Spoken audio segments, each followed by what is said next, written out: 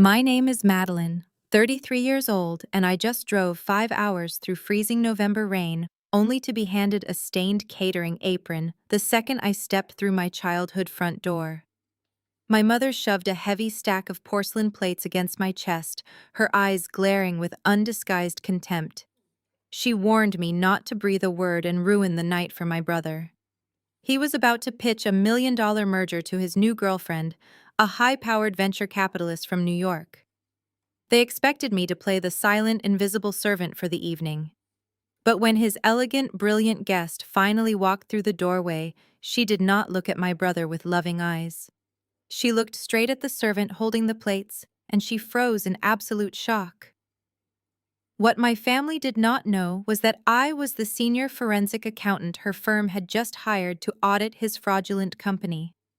Before I continue this story, let me know where you are watching from in the comments below. Hit like and subscribe if you have ever had to stand your ground against toxic relatives who completely underestimated your power. Growing up in our affluent Connecticut suburb, the rules of our household were unspoken, but entirely clear. My older brother Spencer was the undisputed golden child destined for greatness, while I was simply the administrative afterthought.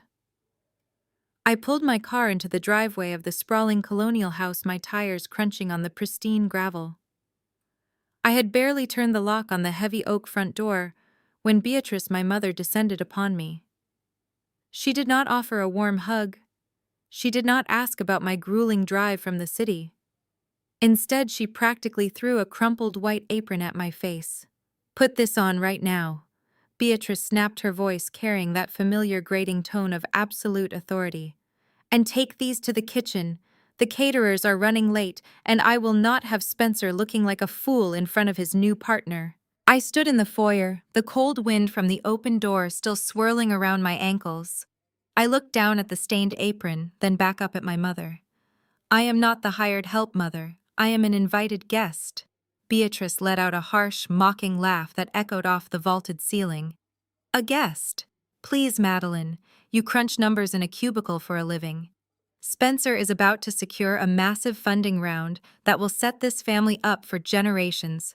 His new girlfriend Jasmine runs one of the biggest venture capital funds on the East Coast. She is the epitome of corporate excellence, a managing partner who expects absolute perfection. You are just going to stand in the corner, clear the dishes, and keep your mouth shut. I will not let your depressing little bookkeeping job embarrass your brother tonight." Before I could respond, Spencer strolled into the hallway, adjusting the cuffs of his overly expensive designer suit. At 35, he still wore the same arrogant smirk he had perfected in high school. He looked me up and down, his eyes lingering on the apron in my hands. "Glad you could make yourself useful for once, Maddie," he sneered, checking his gold watch. "Jasmine is going to be here any minute. She operates in a world you cannot even comprehend. Multi-million-dollar term sheets, corporate takeovers, high-stakes boardroom negotiations. Do not try to make small talk with her. You will just bore her with your tax bracket complaints. Just keep the wine glasses full and stay out of our way." The sheer audacity of their entitlement was breathtaking. My mother had literally drained my college savings account a decade ago to fund Spencer and his first failed business venture, claiming I did not have the intellect for an Ivy League education anyway. Now here they were demanding I serve them dinner so he could secure his next financial lifeline. I felt the familiar sting of their disrespect, but this time I did not argue. I did not cry. I just felt a cold, sharp sense of anticipation settling over my entire body. I calmly took the plates from her hands. I tied the apron around my waist, smoothing down the rough fabric over my tailored designer trousers that cost more than my mother's entire holiday wardrobe. I walked toward the kitchen, my heels clicking sharply against the hardwood floor. I arranged the appetizers with meticulous precision, listening to Spencer pace the living room, frantically rehearsing his fraudulent pitch deck. He was sweating, desperate to impress a woman he thought he could easily manipulate. I picked up a tray of crystal glasses ready for the main event. Then the heavy brass doorbell echoed loudly through the entire house. "Showtime," Spencer whispered quickly, fixing his hair in the hallway mirror. He threw open the front door with a wide, practiced smile, ready to play the successful tech CEO. Jasmine stepped over the threshold, bringing a rush of crisp autumn air with her. She was a vision of absolute corporate power, a 34-year-old African-American woman who commanded boardrooms from Wall Street to Silicon Valley. She wore a tailored charcoal pantsuit that screamed quiet wealth, her posture radiating an effortless dominance. Spencer immediately went into his rehearsed routine, eager to play the charming visionary. "Jasmine, welcome to our home," Spencer beamed, reaching out to take her expensive wool coat. "I am so thrilled you could make it out to the suburbs. My mother has been cooking all day to prepare a feast worthy of our future partnership." Jasmine offered a polite, measured smile. She handed Spencer her coat without looking at him, her sharp eyes scanning the living room. She took in the opulent but outdated decor, the excessive crystal vases, and Beatrice, hovering nervously near the dining table. Then her gaze shifted toward the hallway leading to the kitchen. Her eyes locked onto me. I was standing perfectly still, the rough white catering apron tied tightly around my waist, balancing a heavy silver tray of crystal water glasses. I looked right back at her, maintaining absolute eye contact. I did not flinch. I did not look away. Jasmine stopped dead in her tracks. The polite smile vanished from her face instantly.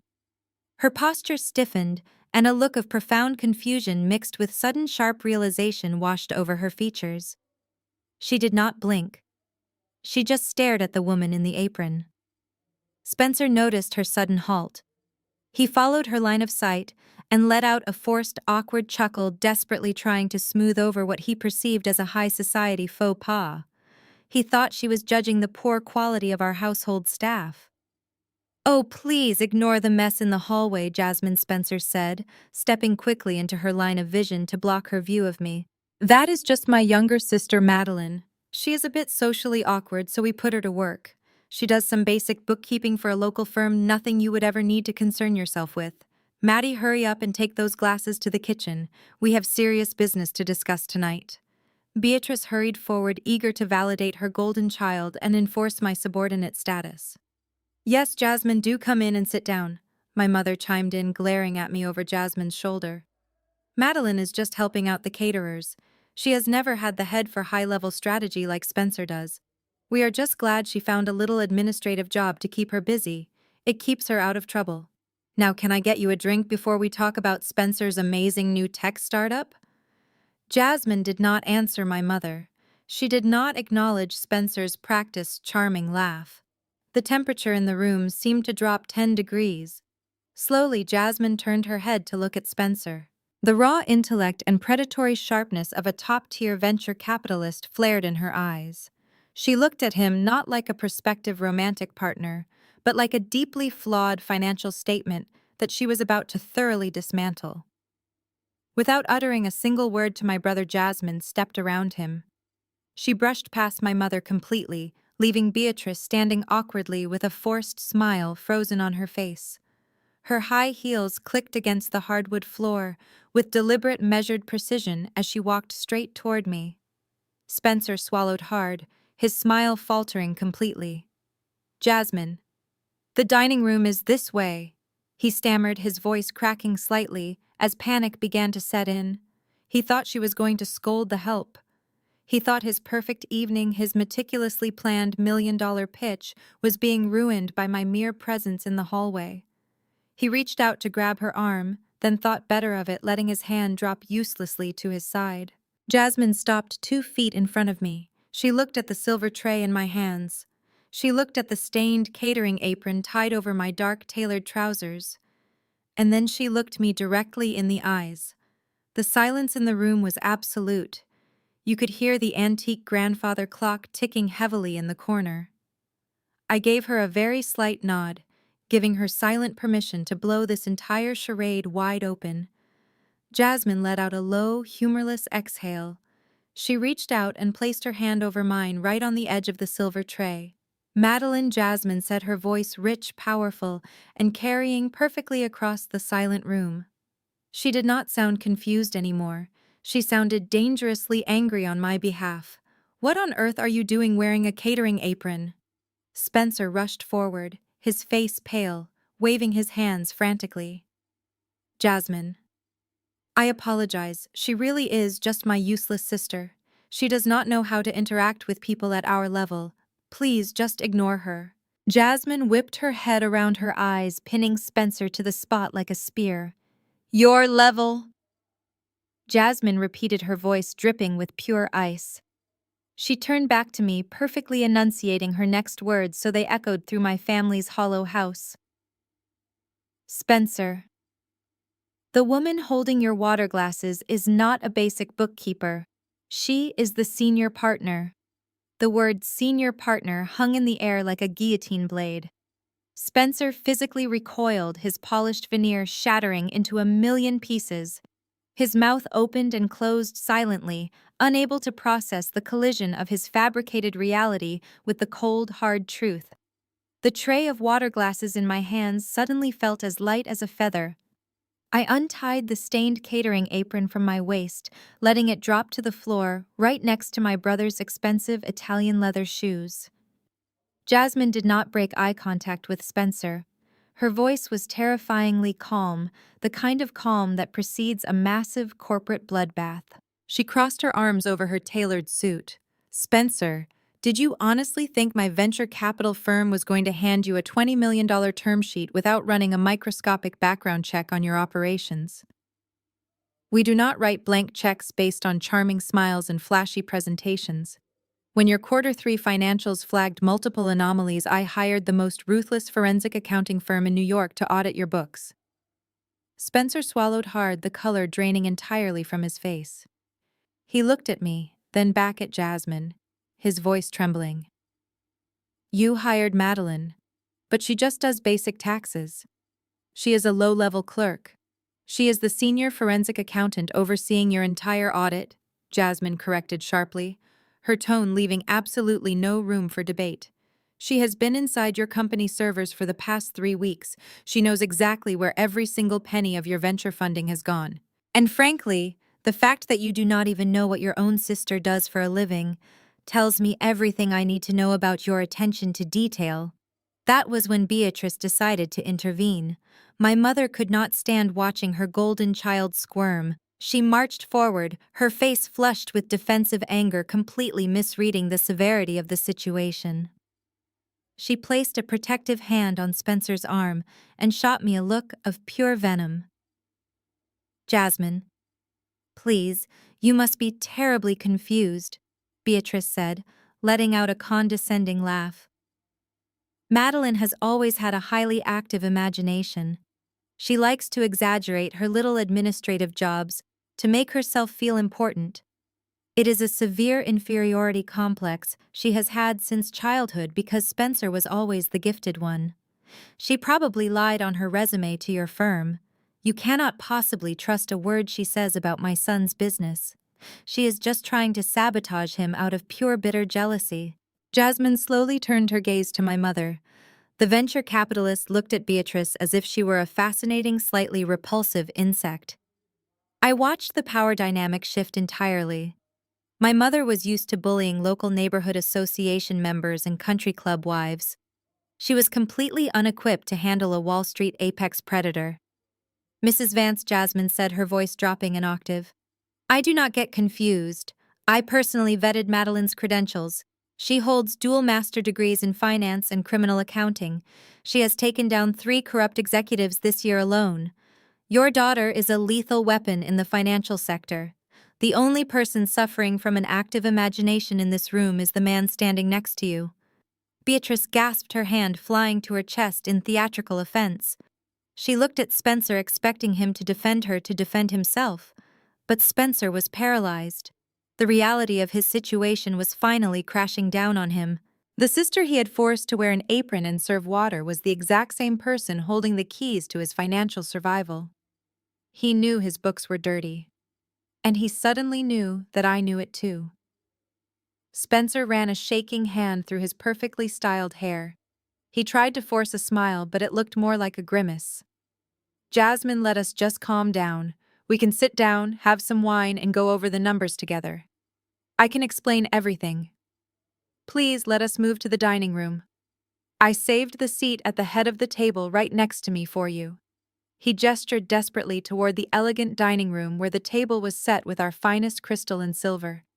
He was begging for a reset, hoping his charm could somehow override federal financial laws. Jasmine looked at the dining room table. She looked at the prominent chair Spencer had reserved for her, right by his side, designed to showcase them as a powerful corporate couple. Then she looked at me. I will not be sitting next to you, Spencer, Jasmine said coldly. She walked past him, grabbed the heavy oak chair designated for the head of the table and dragged it entirely across the room. The loud screech of wood against the hardwood floor made my mother wince. Jasmine slammed the chair down right next to my assigned place setting at the far end of the table, the spot usually reserved for the forgotten family members. Jasmine sat down, smoothed her suit jacket, and looked directly at my terrified brother. Take a seat, Spencer. Serve the food. I want this dinner to commence immediately. Spencer stood paralyzed for a long moment before his legs finally obeyed him.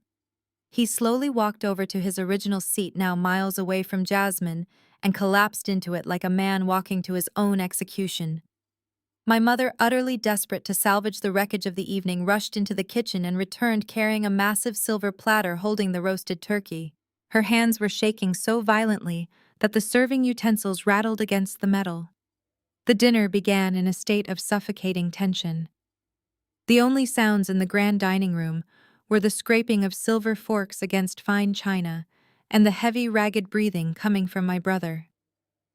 Jasmine sat beside me, her posture impeccably straight, slicing her meat with the surgical precision of a coroner. She did not look at Spencer.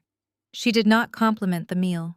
She simply waited, letting the silence crush the air out of the room. Beatrice could not handle the silence. In her mind, any quiet moment was a lost opportunity to sell her golden child. She poured herself a massive glass of Chardonnay, took a generous gulp, and forced a shrill, artificially bright laugh that echoed painfully off the walls of the dining room. Well, since we are all sitting together, we should talk about the future, Beatrice announced, pointing her wineglass toward Jasmine. Spencer has always been a visionary. Even when he was a little boy, he was building empires out of blocks while other children were just playing in the dirt. He has a true gift for corporate strategy and resource allocation. I kept my eyes on my plate, cutting a small piece of asparagus. I knew exactly where this pathetic monologue was going. In fact, Beatrice continued, her voice growing louder and more confident as she convinced herself the pitch was working. I recognized his genius early on. 10 years ago, when he needed seed money for his very first tech startup, I made a difficult but necessary executive decision for the family. I liquidated Madeline's entire college savings account and handed every single penny over to Spencer. Spencer closed his eyes, his face twisting in silent agony. He knew what a colossal mistake his mother was making, but he was too terrified of Jasmine to speak up and stop her from talking. It was simply the most logical investment, Beatrice said, turning to look directly at Jasmine, fully expecting a nod of corporate approval. Madeline had only been accepted into a public state university. She was never smart enough for an Ivy League education anyway. Her test scores were aggressively average. Putting that money toward a basic accounting degree would have been a terrible return on investment for this family. Spencer needed the capital to disrupt the market. I made the tough choice that any smart venture capitalist would make. I cut the dead weight to fund the absolute winner. Jasmine stopped chewing. She slowly placed her knife down on the edge of her plate. She looked at my mother with an expression of such profound disgust that Beatrice actually took a physical step back from the table. "You stole your daughter's education fund," Jasmine clarified, her voice dangerously quiet. "You stole it to fund a startup that, if I recall correctly, went bankrupt within 8 months because your son spent the capital on leased sports cars and luxury vacations to Miami." Beatrice stammered, her face turning crimson under the dining room chandelier. Well, it was a learning experience for him.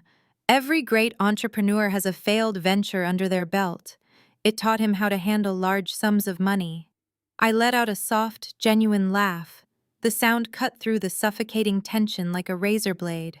I looked at my mother, who was desperately clinging to the illusion of our family's prestige, and then I looked at my brother, who was currently sweating right through his designer collar. They had spent my entire life trying to convince me that I was small, stupid, and unworthy of a seat at the table. They had stolen my future to buy him a shortcut, and now they were bragging about it to the very woman holding the keys to his financial survival. I did not feel angry anymore. Not feel angry. I felt entirely in control. I took a slow sip of my ice water. Then I calmly set down my silver fork. It made a sharp, decisive click against the china plate. I reached for the crisp white linen napkin and carefully wiped the corners of my mouth. I folded the napkin and placed it neatly on the table. I leaned forward and looked directly at my terrified brother. Why did $2.4 million evaporate into a ghost account in the Cayman Islands? The question hung over the dining table, heavy and lethal. Spencer stared at me, his eyes wide and completely hollow. The confident tech CEO facade he wore 10 minutes ago melted away, revealing a panicked little boy caught with his hand in a multi-million-dollar cookie jar. The color drained from his face, only to be violently replaced by an angry dark red flush that crawled up his neck and settled in his cheeks. "What are you talking about?" Spencer stammered, his voice lacking its usual commanding boom. "That is absurd. You do not know how to read corporate tax structures, Madeline." I did not break eye contact. I leaned back in my chair, resting my hands in my lap. "I am a forensic accountant, Spencer. Reading corporate tax structures is literally the only thing I do. And your structure is not complicated. It is actually incredibly sloppy. $2.4 million was wired from your primary operating account on September 14th directly to an entity called Apex Holdings Limited, an entity registered to a post office box in Grand Cayman." Spencer swallowed hard. A bead of sweat dripped down his temple. He glanced desperately at Jasmine, who was watching him with the terrifying stillness of a viper preparing to strike. "That was a strategic offshore research and development allocation."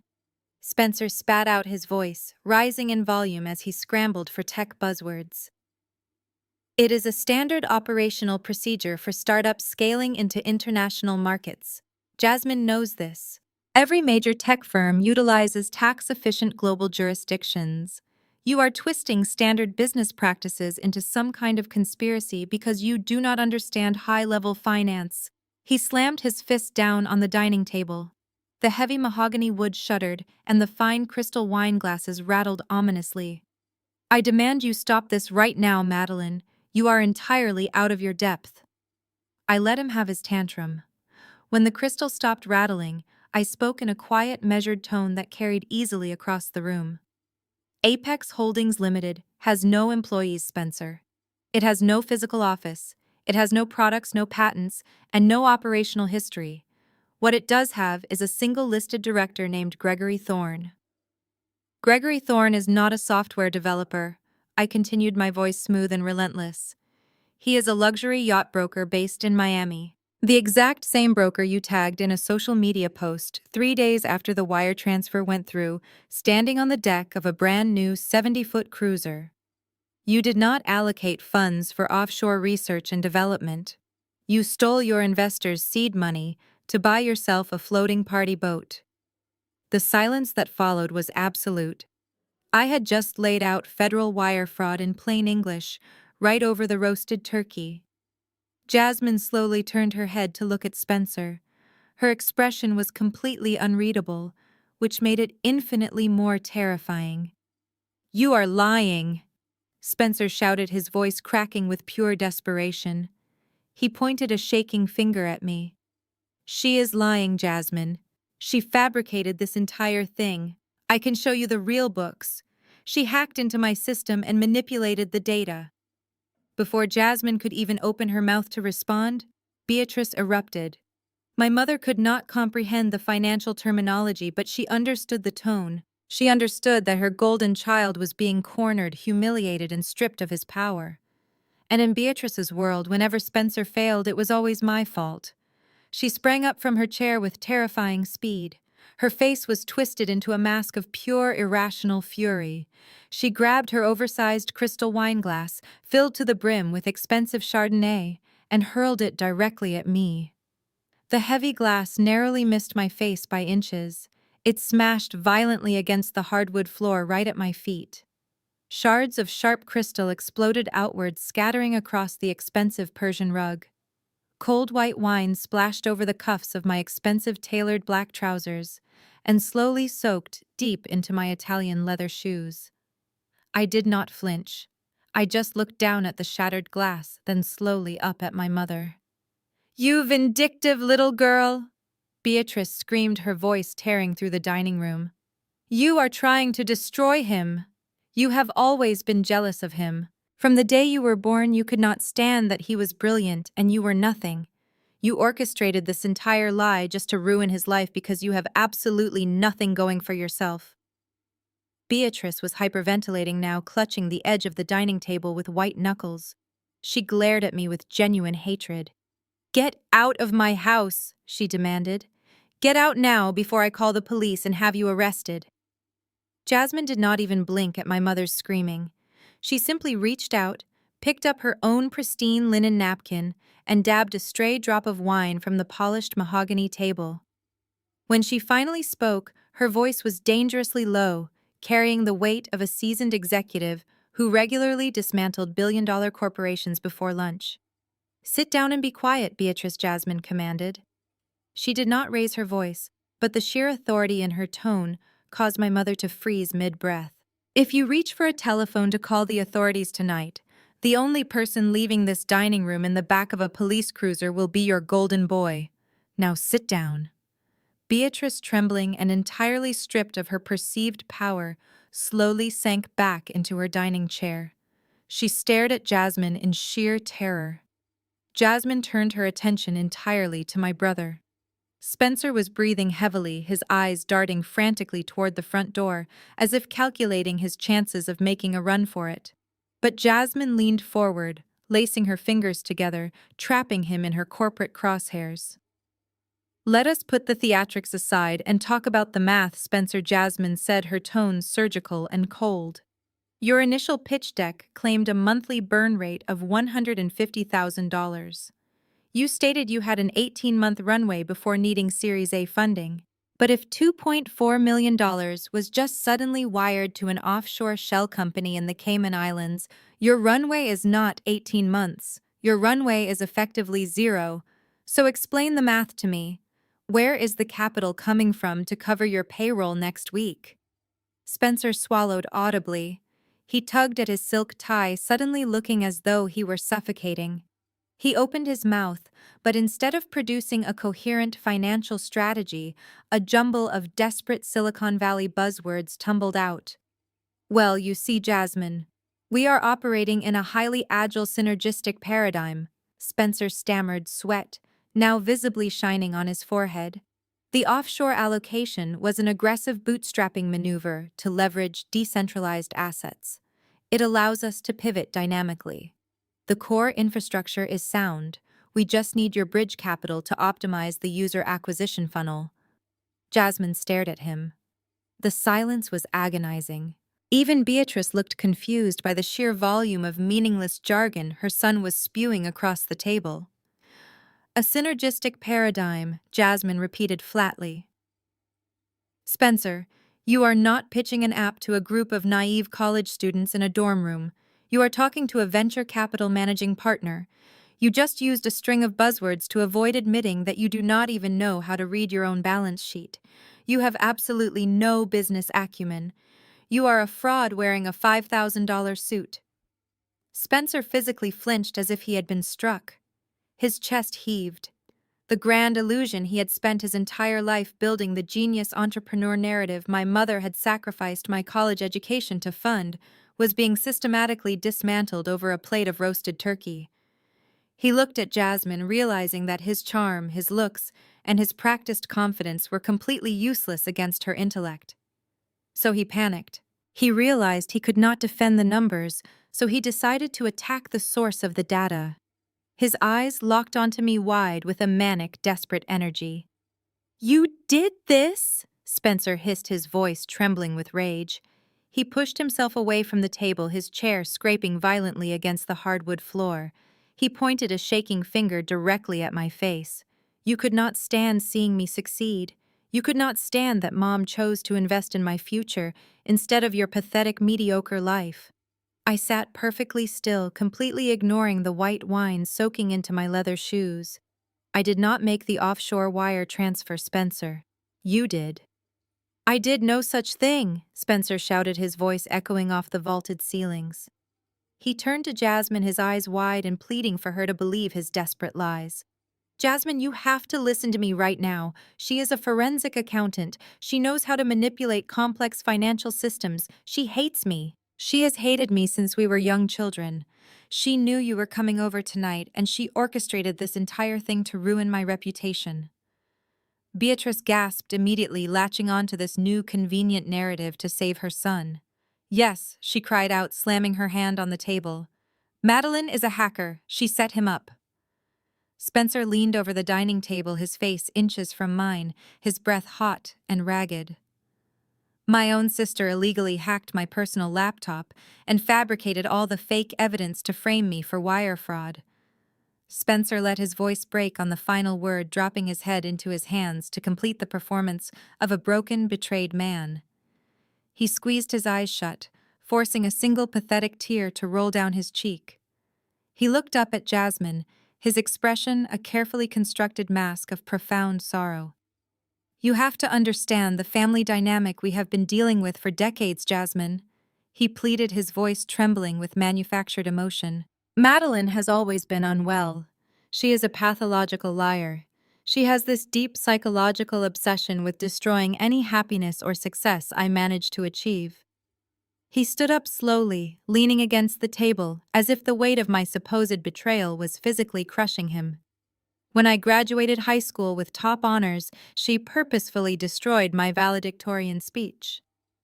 When I got accepted into my first incubator program, she called the directors and spread malicious rumors about my mental stability. She cannot stand the fact that I built something from nothing while she is stuck in a miserable, lonely corporate grind. She saw my laptop open in the study when she arrived today. She must have planted those files to make me look like a criminal. She wants to see me lose everything. Beatrice nodded vigorously, her hands clasped together in a prayer of desperation. It is true, Jasmine, my mother cried out, her voice echoing with theatrical grief. We have tried to get her psychiatric help so many times. We have offered to pay for the best therapists in Connecticut. But she refuses to change. She is toxic. She is a danger to this family and to your firm. You must not listen to a single word she says. She is entirely detached from reality. Spencer wiped his face, suddenly standing tall, trying to reclaim his authoritative posture. He pointed a rigid finger toward the front door. I will not allow you to poison my life for one more second, Madeline. He commanded, his voice echoing loudly. Get out of my house. I want you out of my sight right now. Leave your keys on the counter and never come back. You are dead to me. Jasmine sat motionless, her sharp eyes darting between my brother's tear-stained face and my mother's dramatic sobbing. To an ordinary observer, their performance might have been convincing. They had 30 years of practice playing the victims, 30 years of twisting the narrative to make me the villain in every single family dispute. But Jasmine was not an ordinary observer. She built her entire career on reading people, on separating emotional manipulation from cold, hard facts. She looked at me, waiting to see if I would break under the immense psychological pressure. I did not break. I did not move toward the door. I did not shed a single tear or raise my voice to defend myself against their absurd psychiatric accusations. I simply reached into my black designer leather briefcase, resting on the floor beside my chair. You are right about one thing, Spencer, I said, calmly pulling out my sleek silver iPad. You did leave your laptop open in the study, but I did not need to touch it. Forensic accountants do not need physical access to a personal computer to track stolen venture capital. We use bank subpoenas and server logs. And unfortunately for your little victim narrative, server logs do not lie. I tapped the screen of my tablet. With a swift, fluid motion, I swiped my finger upward. A sharp electronic chime echoed through the first floor. In the adjacent living room, perfectly visible through the wide dining room archway, the massive 85-inch smart television flashed on. My mother gasped as the bright light illuminated the dark room. I had wirelessly mirrored my iPad screen directly to the family television. I did not need to shout over their lies. I was going to let the federal evidence speak for itself in high definition. "Look at the screen, Spencer," I commanded, my voice carrying the absolute authority of a senior partner. On the massive display, a highly detailed digital banking ledger appeared. It was the official portal of the Cayman Islands Banking Authority, carrying authentic watermarks and secure verification codes. Right in the center of the screen, highlighted in bright yellow, was the $2.4 million wire transfer. But that was not the part that made Spencer stop breathing. Below the transfer confirmation, I projected the digital IP address log. It displayed the exact geographic location of the device that had authorized the fraudulent transfer. I looked at my brother, whose face had turned the color of ash. "You did not authorize this transfer from a hacked laptop in Connecticut, Spencer. The IP address originates from Miami Beach." The 85-inch screen dominated the room, glowing with undeniable proof of federal wire fraud. Spencer stared at the high-definition display of the Cayman Islands banking portal, his mouth hanging open. The IP address logged in Miami Beach matched perfectly with his yacht broker's location. The digital footprint was absolute. The narrative he had spent 30 years cultivating, that he was the responsible, brilliant golden boy, and I was the unstable, jealous failure, collapsed right in front of the one person he needed to impress the most. Jasmine slowly rose from the heavy oak dining chair. She did not raise her voice. She did not yell. She simply buttoned the front of her tailored charcoal suit jacket, her movements precise and deliberate. She looked at Spencer not with anger, but with the cold, detached professionalism of a corporate executioner. "Spencer," Jasmine said, her voice slicing through the heavy silence of the room. "As the managing partner of Vanguard Capital, I am officially informing you that all negotiations regarding our proposed $20 million merger are suspended immediately. We will not be proceeding with the term sheet. Furthermore, as a fiduciary operating under the Securities and Exchange Commission, my firm is legally obligated to report any confirmed discovery of financial fraud to the appropriate federal authorities. We will be initiating a full external audit of your operations by tomorrow morning." Spencer stumbled backward, physically reeling from the impact of her words. "Jasmine, no, you cannot do this," he begged, his voice cracking into a high, desperate pitch. "It is a misunderstanding. I can fix the books. I can get the money back. Just give me 48 hours. Do not report this. It will destroy everything I have built. It will destroy my life. You destroyed your own life the second you wired seed capital to buy a yacht," Jasmine replied flatly. She turned away from him and picked up her expensive designer handbag from the floor. She did not look back. "Have your legal counsel contact my office. Do not attempt to contact me personally again." The absolute finality of her words severed the last thread of Spencer's sanity. The charming, sophisticated tech entrepreneur vanished entirely. The mask slipped off, revealing the deeply entitled, aggressive narcissist my mother had spent decades enabling. Spencer let out a guttural scream of pure rage. He turned away from Jasmine and lunged toward the dining table. His eyes were wild, completely devoid of reason. He grabbed the stack of heavy porcelain dinner plates I had carried out earlier, the ones my mother had shoved into my hands when I arrived. He lifted the entire stack high above his head with both hands. "You did this to me," he roared. His face twisted into an ugly, unrecognizable snarl. He hurled the entire stack of porcelain plates directly at the living room wall. The impact was deafening. The plates shattered violently against the custom drywall, sending hundreds of sharp, jagged shards flying across the room. Framed family photos plummeted to the floor glass, cracking under the force of the explosion. The beautiful, pristine suburban home my mother prized above all else was instantly transformed into a chaotic war zone. Beatrice screamed, covering her ears and dropping to her knees by the dining table. "Spencer, stop it!" But Spencer could not stop. He was completely unhinged.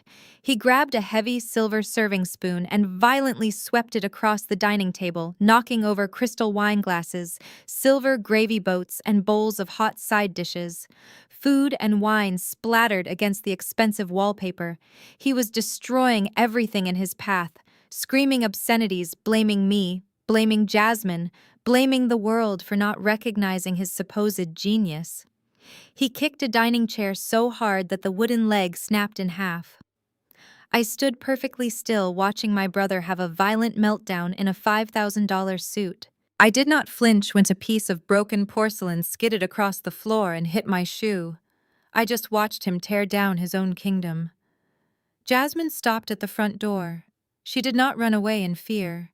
She simply turned her head, pulled her smartphone from her handbag, and quietly tapped a button on the screen, her eyes fixed entirely on Spencer's violent rampage. She was documenting every single second of his destruction. Beatrice, sobbing hysterically on the floor among the broken glass and spilled wine, realized that her son was seconds away from an assault charge. She knew she had to regain control of the narrative before Jasmine called the police. She crawled through the mess, ignoring the wine soaking into her dress, and scrambled toward the heavy oak door of her husband's old study. Beatrice disappeared into the dark room for a few seconds. When she emerged, she was no longer crying. Her face was set in a mask of cold, desperate determination. She marched back into the destroyed dining room, stepping over the shattered plates. In her shaking hand, she held a thick, yellowed manila envelope sealed with red wax. Beatrice stood amidst the shattered porcelain and ruined dinner, her breath coming in ragged gasps. She clutched the thick yellowed envelope to her chest, as if it were a literal shield against the reality of her son's federal financial crimes. Spencer was still violently kicking the remnants of a wooden chair in the corner of the dining room, his chest heaving with exertion. But my mother completely ignored his unhinged display. In her frantic mind, she had just found the ultimate solution to fix his multi-million-dollar mistake. She marched over to the dining table, her expensive heels crunching loudly over the broken crystal wine glasses. With a forceful sweep of her arm, she pushed aside a spilled silver gravy boat and a scattered pile of roasted asparagus, clearing a wide space on the wet mahogany surface. She slammed the heavy manila envelope down so hard that the sound echoed like a gunshot over Spencer's heavy, panicked breathing. "Jasmine, you need to look at this right now!" Beatrice commanded, her voice trembling, but laced with a sudden, desperate arrogance. She reached out and brutally snapped the red wax seal with her perfectly manicured thumbnail. "You said his company has zero runway. You said he has absolutely no capital to secure your firm's $20 million investment. Well, you are completely wrong." Jasmine lowered her smartphone, having successfully recorded over 3 minutes of Spencer's violent meltdown. She did not put the phone away, keeping it securely gripped in her hand, but she turned her cold, calculating gaze toward my mother. I watched quietly as Beatrice frantically pulled a thick stack of legal documents from the envelope. The heavy parchment paper was stamped with the official seal of the state of Connecticut. I recognized the paperwork immediately. It was the Vance Family Trust established by my late father decades ago. "This is the master trust document for our entire estate," Beatrice announced, her voice rising with a triumphant theatrical flair. She smoothed the wrinkled pages flat against the wet table, her eyes darting between Jasmine and me. "It contains the deed to this house, which is entirely paid off and valued at nearly $2 million in today's market. It also holds our remaining liquid assets, the family investment portfolios, and the vintage car collection currently sitting out in the garage." Spencer stopped kicking the broken chair. He slowly turned around, his tie completely undone. His face flushed red. He stared at the documents on the table, a sudden glimmer of greedy hope cutting through his absolute panic. He wiped the sweat from his forehead and took a tentative step toward his mother. "Under the original terms of this trust, the assets were meant to be divided equally between my 2 children upon my passing," Beatrice continued, glaring directly at me with a look of pure, unadulterated malice. But as the sole surviving executor of this estate, I possess the legal authority to amend the distribution of these assets in the event of extreme family emergency or gross misconduct by a beneficiary. She pointed a shaking accusatory finger directly at my face, her cheeks flushed with vindictive rage. And attempting to frame your own brother for federal wire fraud, destroying his business reputation in front of his investors, and trying to tear this family apart is the absolute definition of gross misconduct. Beatrice turned back to Jasmine, slapping her hand proudly on the thick stack of legal papers. As of this exact second, I am officially disinheriting Madeline from the Vance Family Trust. I am stripping her of every single penny, every piece of property, and every legal right she has to this family's legacy. She gets absolutely nothing from me ever again. My mother then looked lovingly at Spencer, the grown man who had just destroyed her dining room, and lied to her face. I am legally transferring 100% of all family assets directly into Spencer's name effective immediately. He now has complete ownership of a $2 million estate. Beatrice stood tall, radiating a delusional sense of victory. She looked at Jasmine, fully expecting the venture capitalist to be impressed by this ruthless financial sacrifice. There is your bridge capital, Jasmine. My son is not bankrupt. He now has over $2 million in hard tangible assets to leverage for his startup company. He can use this estate as collateral. You have no reason to cancel the corporate merger, and you certainly have no reason to contact the federal authorities tonight. Spencer let out a breathless laugh of pure relief. He stumbled forward, throwing his arms around his mother, burying his face in her shoulder. "Thank you, Mom," he whispered. "I knew you would save me." Beatrice hugged him tightly, glaring at me. "You are finished, Madeline." The grand dining room fell entirely silent, save for the sound of my brother panting heavily and my mother waiting eagerly for my inevitable collapse. Beatrice stood tall, her chin raised, expecting me to fall to my knees. She expected tears begging and a desperate plea for forgiveness. She wanted me to apologize to her golden child. Instead, a sound escaped my throat that completely shattered her triumphant moment. I started laughing. It was not a hysterical or panicked laugh. It was a genuine deep chuckle that echoed off the ruined walls of the dining room. I reached across the table, carefully avoiding a puddle of spilled gravy, and pulled the heavy parchment paper toward me. I scanned the first few paragraphs of the trust, the laughter bubbling up again, completely out of my control.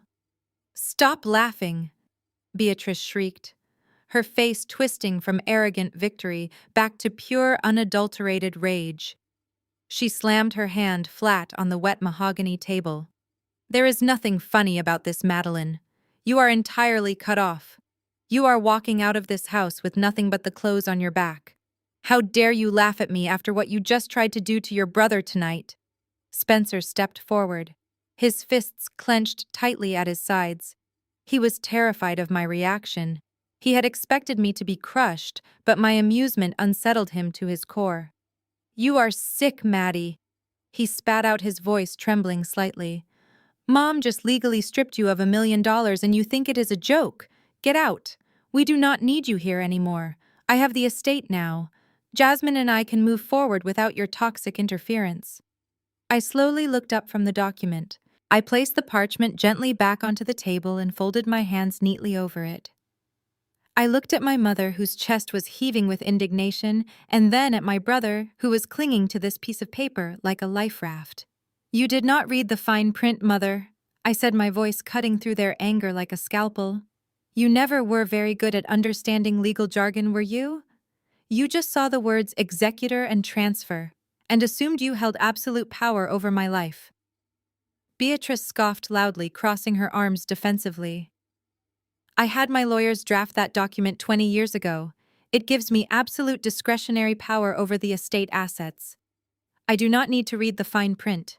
I own the assets, and now Spencer owns them."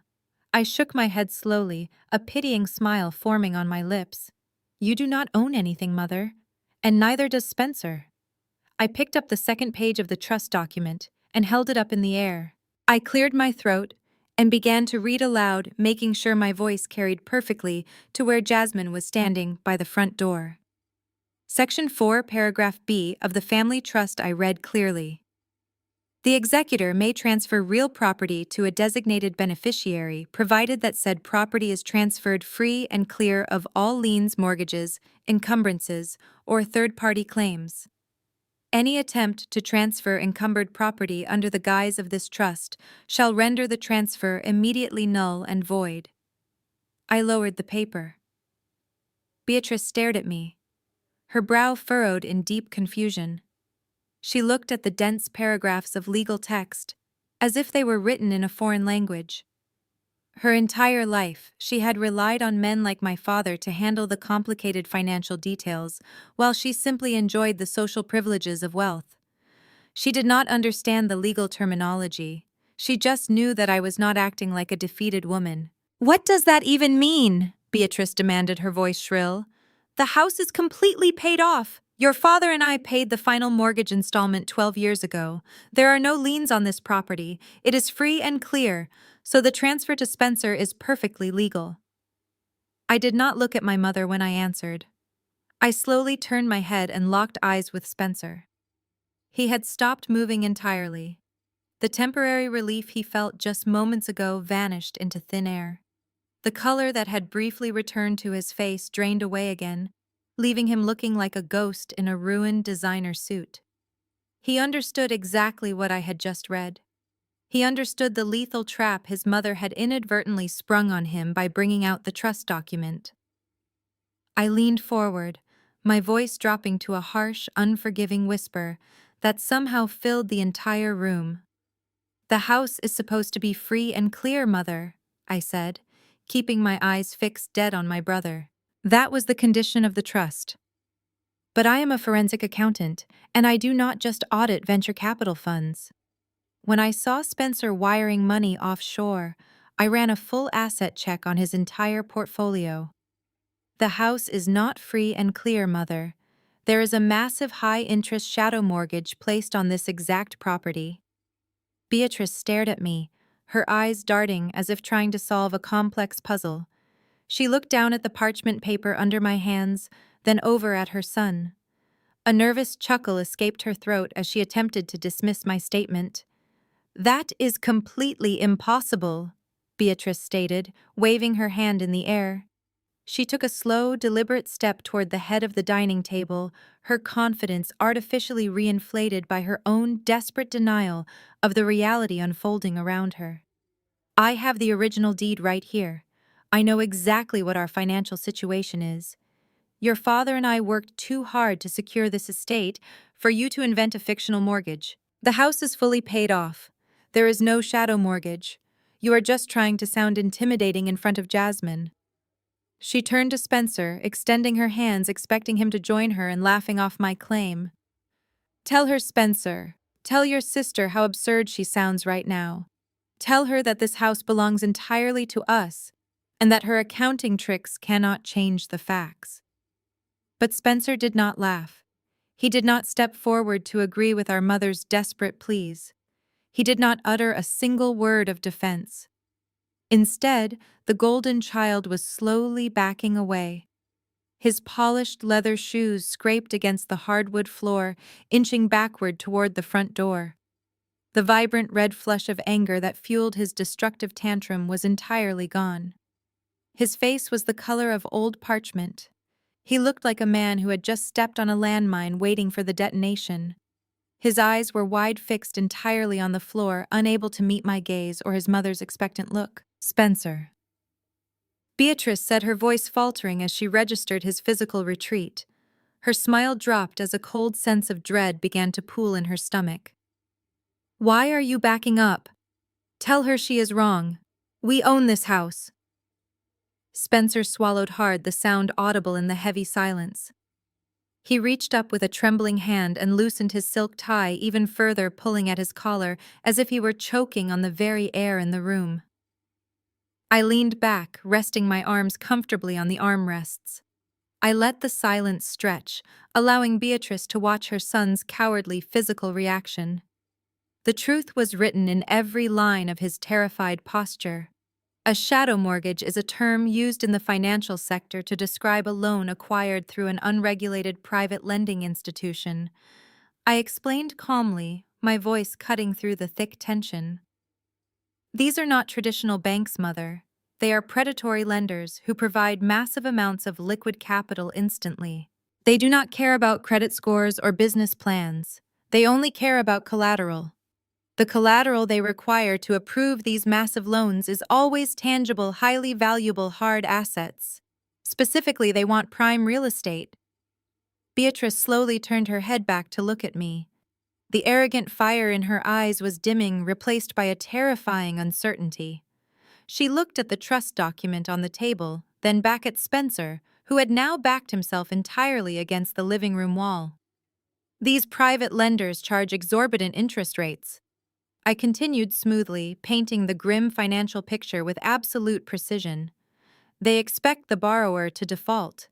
In fact, their entire business model is built on the assumption that the borrower will fail to make the payments. Because when the borrower defaults, the lender immediately seizes the collateral.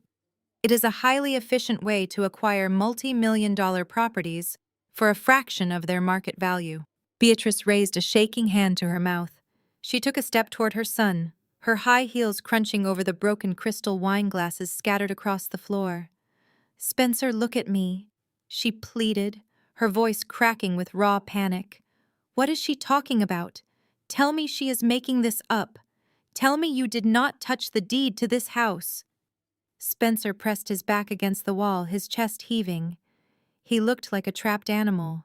He squeezed his eyes shut, shaking his head rapidly side to side, silently begging to be awoken from this nightmare.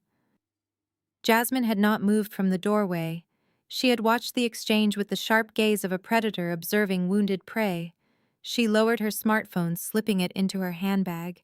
She had seen enough meltdowns from founders to know what a guilty man looked like. She read his body language with flawless accuracy. Jasmine took one step forward, her presence instantly demanding attention. She looked at him, her voice dropping to a commanding register that echoed with absolute authority. "What did you leverage, Spencer?" The question hung in the air, heavy and inescapable. "What did you leverage, Spencer?"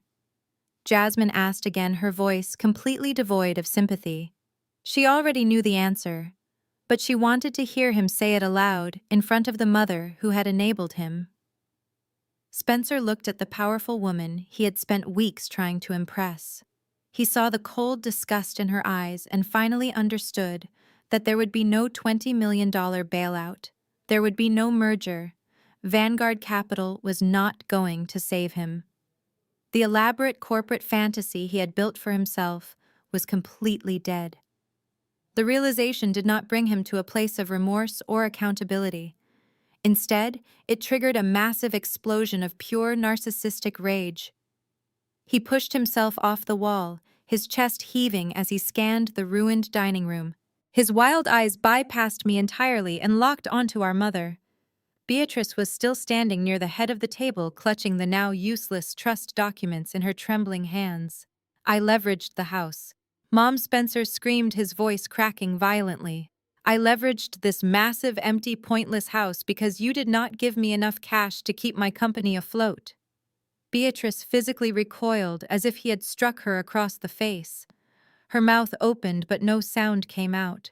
She stared at the son she worshipped, unable to process the betrayal.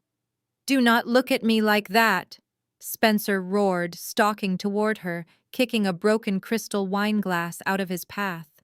"You told me I was a genius. You told me to do whatever it takes to scale the business. Scaling a tech startup costs real money, Mom. Not that pathetic little college fund you stole from Madeline 10 years ago. That barely covered my first office lease. I needed millions to keep the developers on payroll and maintain the image of a successful founder."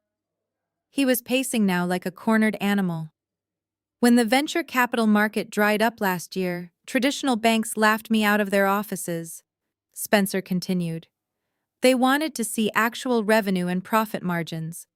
I could not let the industry know I was completely broke, so I found a private equity lender, a shadow bank based out of New York. They did not care about credit scores. They only asked for collateral. They asked for something tangible they could seize immediately if I missed a payment. Beatrice dropped the parchment papers onto the wet mahogany table. Her hands began to shake uncontrollably. "Spencer, what did you do?" she whispered, her voice barely audible.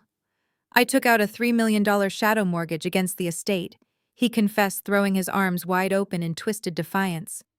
"They gave me a high-risk loan with a 20% interest rate. It was supposed to be a bridge loan just to keep the lights on until Jasmine finalized the Vanguard merger. It was supposed to be temporary." He pointed an accusing finger at Beatrice. "But you dragged this entire process out. You wanted to play the grand hostess tonight. Now Jasmine is pulling the term sheet. The lenders are calling in the debt by the end of the month." The sheer scale of his recklessness crashed into the room, creating an atmosphere of suffocating dread. $3 million at 20% interest was an absolute financial death sentence for this family. He had secretly gambled away the family home to cover his operating budget and his completely fabricated, luxurious lifestyle. He had burned every single safety net, destroyed his own credibility, and now he was aggressively blaming the very mother who had enabled him and funded his delusions since he was a young boy. Beatrice began to hyperventilate uncontrollably. Her chest rose and fell in rapid, painfully shallow gasps. The grand matriarch, who had proudly disinherited me just 3 minutes ago, was now helplessly watching her entire world burn to the ground. She gripped the edge of the mahogany dining table so hard her knuckles turned stark white against the wood. Her perfect suburban life, her prestigious country club status, her flawless social reputation, everything she valued was gone. "But that is legally impossible." Beatrice gasped, her eyes wide with unadulterated terror. She shook her head frantically back and forth, completely refusing to accept the severity of his financial crime. "The title insurance company would strictly require my written authorization to process a loan of that magnitude. You simply cannot place a shadow mortgage on a piece of residential property you do not own." She lunged forward, grabbing Spencer by the lapels of his ruined designer suit jacket. "I am the sole owner of this estate, Spencer. I am the executor. I never signed any legal loan documents."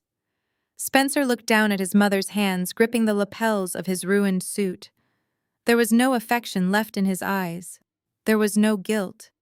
He simply saw an obstacle, an old woman who had outlived her financial usefulness to him. With a swift, brutal motion, he reached up and shoved her hands away. Beatrice stumbled backward, her high heels slipping on the spilled wine, and she fell hard against the heavy oak dining chair. She gasped, grabbing her bruised arm, staring up at the son she had worshipped for over 3 decades. "I signed them for you," Spencer said. His voice was completely flat, devoid of any warmth or hesitation. It was the cold, calculating tone of a true narcissist who believed he was entirely justified in his actions. "It was not even difficult, Mom. You keep all your important paperwork in that stupid unlocked safe in the study. You gave me the combination years ago so I could fetch your jewelry. I took the original deed, brought it to a notary who owed me a favor, and I signed your name on every single dotted line." Beatrice let out a strangled sob, pressing her hand over her mouth. "You forged my signature," she whispered, the reality of the felony finally penetrating her deep denial. "You committed a crime to steal the house your father built for us." Spencer scoffed, rolling his eyes as if her devastation was merely an annoying inconvenience. "Oh, please spare me the dramatic victim routine, Mom," he snapped, taking a step toward her, his posture aggressive and threatening. "You forced me to do this. This is entirely your fault. My fault."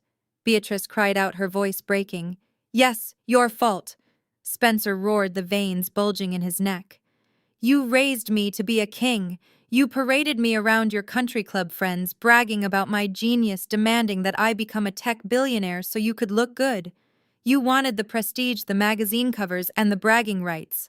But when it came time to actually fund my vision, you were perfectly happy to sit on a $2 million estate while I drowned in operating costs. You hoarded the wealth. If you had just signed the house over to me a year ago, I would not have had to go behind your back.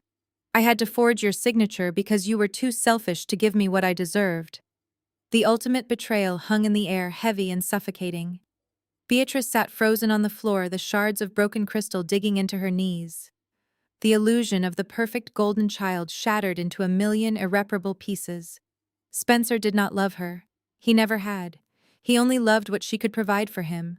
And the moment she failed to provide enough, he casually destroyed her life and blamed her for it. The mother who had stolen my future to fund his dreams was now bankrupt and homeless, destroyed by the very monster she had so carefully created and enabled. I watched her weep, feeling absolutely nothing at all. I had spent 30 years being the scapegoat, the punching bag for their twisted dynamic. Now the dynamic had imploded, and the collateral damage was entirely theirs to bear. Jasmine had remained silent, watching the grotesque display of family betrayal with the clinical detachment of a scientist observing a toxic chemical reaction. She had heard enough. She did not need to ask any more questions. The confession was explicit audio recorded on her device and witnessed by multiple people. She reached into her tailored suit jacket and pulled out her sleek smartphone. She did not walk out of the room.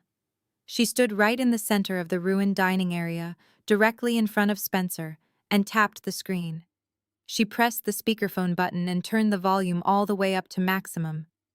A sharp ringing tone echoed through the silent house, cutting through the sound of Beatrice weeping on the floor.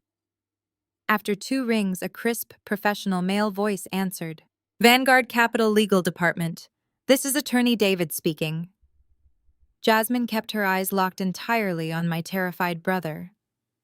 David, it is Jasmine. I need you to initiate an immediate hard stop on the Spencer Vance term sheet. Pull all the paperwork from the escrow accounts right now. Understood. Jasmine. The lawyer replied smoothly, the sound broadcasting loudly across the dining room. May I ask the official reason for the abrupt termination for our compliance records? Jasmine did not blink. She leaned slightly forward, making sure the microphone picked up her voice with absolute clarity. You can record the official reason as admitted federal wire fraud and the criminal forgery of real estate deeds. The merger is completely dead. The speakerphone clicked off, severing the connection. The abrupt silence in the ruined dining room was more deafening than the shatter of the porcelain plates.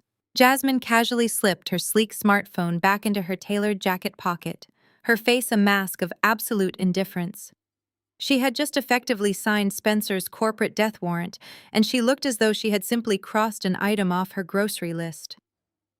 Spencer stared at the space where the phone had been, his mind violently rejecting the reality of the last 60 seconds. The $20 million term sheet was gone. His startup was dead. The federal authorities were going to be notified in the morning. His entire fraudulent empire had been reduced to ashes before the main course was even served. A low guttural growl began in the back of his throat. It was not the sound of a sophisticated tech founder. It was the sound of a cornered predator, realizing it had no escape.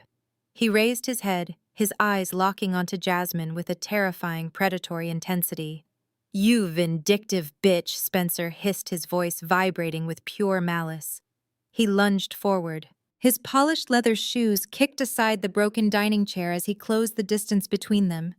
His hands curled into tight fists, his broad shoulders tensed for physical violence. He was no longer trying to charm the venture capitalist. He wanted to physically punish the woman who had dared to strip him of his unearned power. He wanted to destroy the person holding him accountable. I did not even hesitate. I moved before he could take a second step. I stepped firmly directly into his path, placing myself squarely between my raging brother and Jasmine. I planted my feet on the hardwood floor, my posture rigidly straight. I did not raise my hands to defend myself. I did not shrink back. I stood my ground, establishing an absolute immovable physical boundary that he had never encountered from me before. Get out of my way, Madeline! Spencer roared, his face inches from mine. Flecks of spit flew from his lips, landing on my cheek. I will tear her apart. I will ruin her firm for doing this to me. Move right now, or I swear I will make you regret it. I stared directly into his wild, bloodshot eyes. I did not flinch. Take one more step, Spencer. I said, my voice completely devoid of emotion, cold and sharp as a razor blade. I dare you to take one single step closer. He breathed heavily, his chest heaving up and down, his fists shaking with the urge to strike me. He towered over me, trying to use his physical size to intimidate me the way he had done when we were children. But we were not children anymore. I was not the scared little girl he could lock in a closet, and he was not the untouchable golden boy. I was a professional who dismantled corrupt billionaires for a living. His pathetic temper tantrum did not frighten me in the slightest. If you lay a single finger on her, or on me, I continued, my voice echoing clearly in the silent room, I will not wait for the SEC to audit your company. I will call the local police right now. You will be arrested for aggravated assault added directly to your federal wire fraud and forgery charges. You will not leave this house in a luxury car. You will leave in handcuffs, and you will spend the night in a concrete holding cell. Make your choice right now. Spencer stared at me, his jaw clenched so tightly I could hear his teeth grinding. He looked at my unwavering gaze, then glanced over my shoulder at Jasmine, who was watching him with absolute disgust. He realized, in that fraction of a second, that his physical intimidation tactics were entirely useless. He was completely powerless against women who were not afraid of him. Slowly, the tension drained from his broad shoulders. He took a half-step backward, his hands uncurling from their fists hanging uselessly by his sides. But the retreat did not bring clarity or remorse. Instead, his mind snapped completely under the immense pressure of his total defeat. A strange, twisted smile slowly spread across his pale face. The smile broke into a soft chuckle, which rapidly escalated into a loud, hysterical laugh. He stood in the middle of the destroyed dining room, surrounded by broken glass, smashed china, and spilled wine, throwing his head back and laughing like a madman.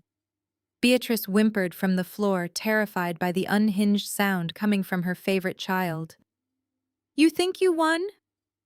Maddie Spencer gasped out between bouts of manic laughter, his eyes wild and unfocused. "You think you are so incredibly smart, standing there in your expensive clothes playing the hero to the big corporate boss. You think you took me down and saved the day." He wiped a tear of hysterical amusement from his eye, pointing a shaking accusatory finger directly at my chest. "You lose too," he sneered, his voice dripping with venomous triumph. "You think you can just walk away from this mess unscathed? I did not just leverage the house. I defaulted on the payments. I have not paid the shadow bank a single dime in 3 months. The final grace period expired yesterday afternoon. The private lenders are legally foreclosing on the estate tomorrow morning." He spread his arms wide, gesturing grandly to the beautiful, opulent home my mother prized above all else. "They are coming to change the locks tomorrow." Spencer laughed. "You, me, Mom. We are all going down together. The bank is taking everything, and we are all going to be entirely homeless."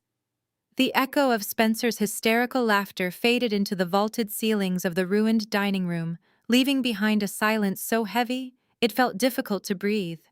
He stood there amidst the wreckage, a vacant smile plastered across his face. He had completely surrendered to the destruction. He accepted the loss of his company and our family home with a twisted sense of relief, indifferent to the collateral damage he inflicted on his mother. Beatrice stared at her golden child, her eyes wide and bloodshot. The absolute certainty of his words finally shattered the last remaining wall of her denial. They were going to be homeless. The sprawling colonial house with its manicured lawns, the heated swimming pool, the endless expensive renovations she used to impress the local homeowner association. All of it was going to be seized by a faceless private equity firm in less than 24 hours. The prestigious country club memberships would be revoked. The social dominance she had spent her entire adult life cultivating would vanish overnight.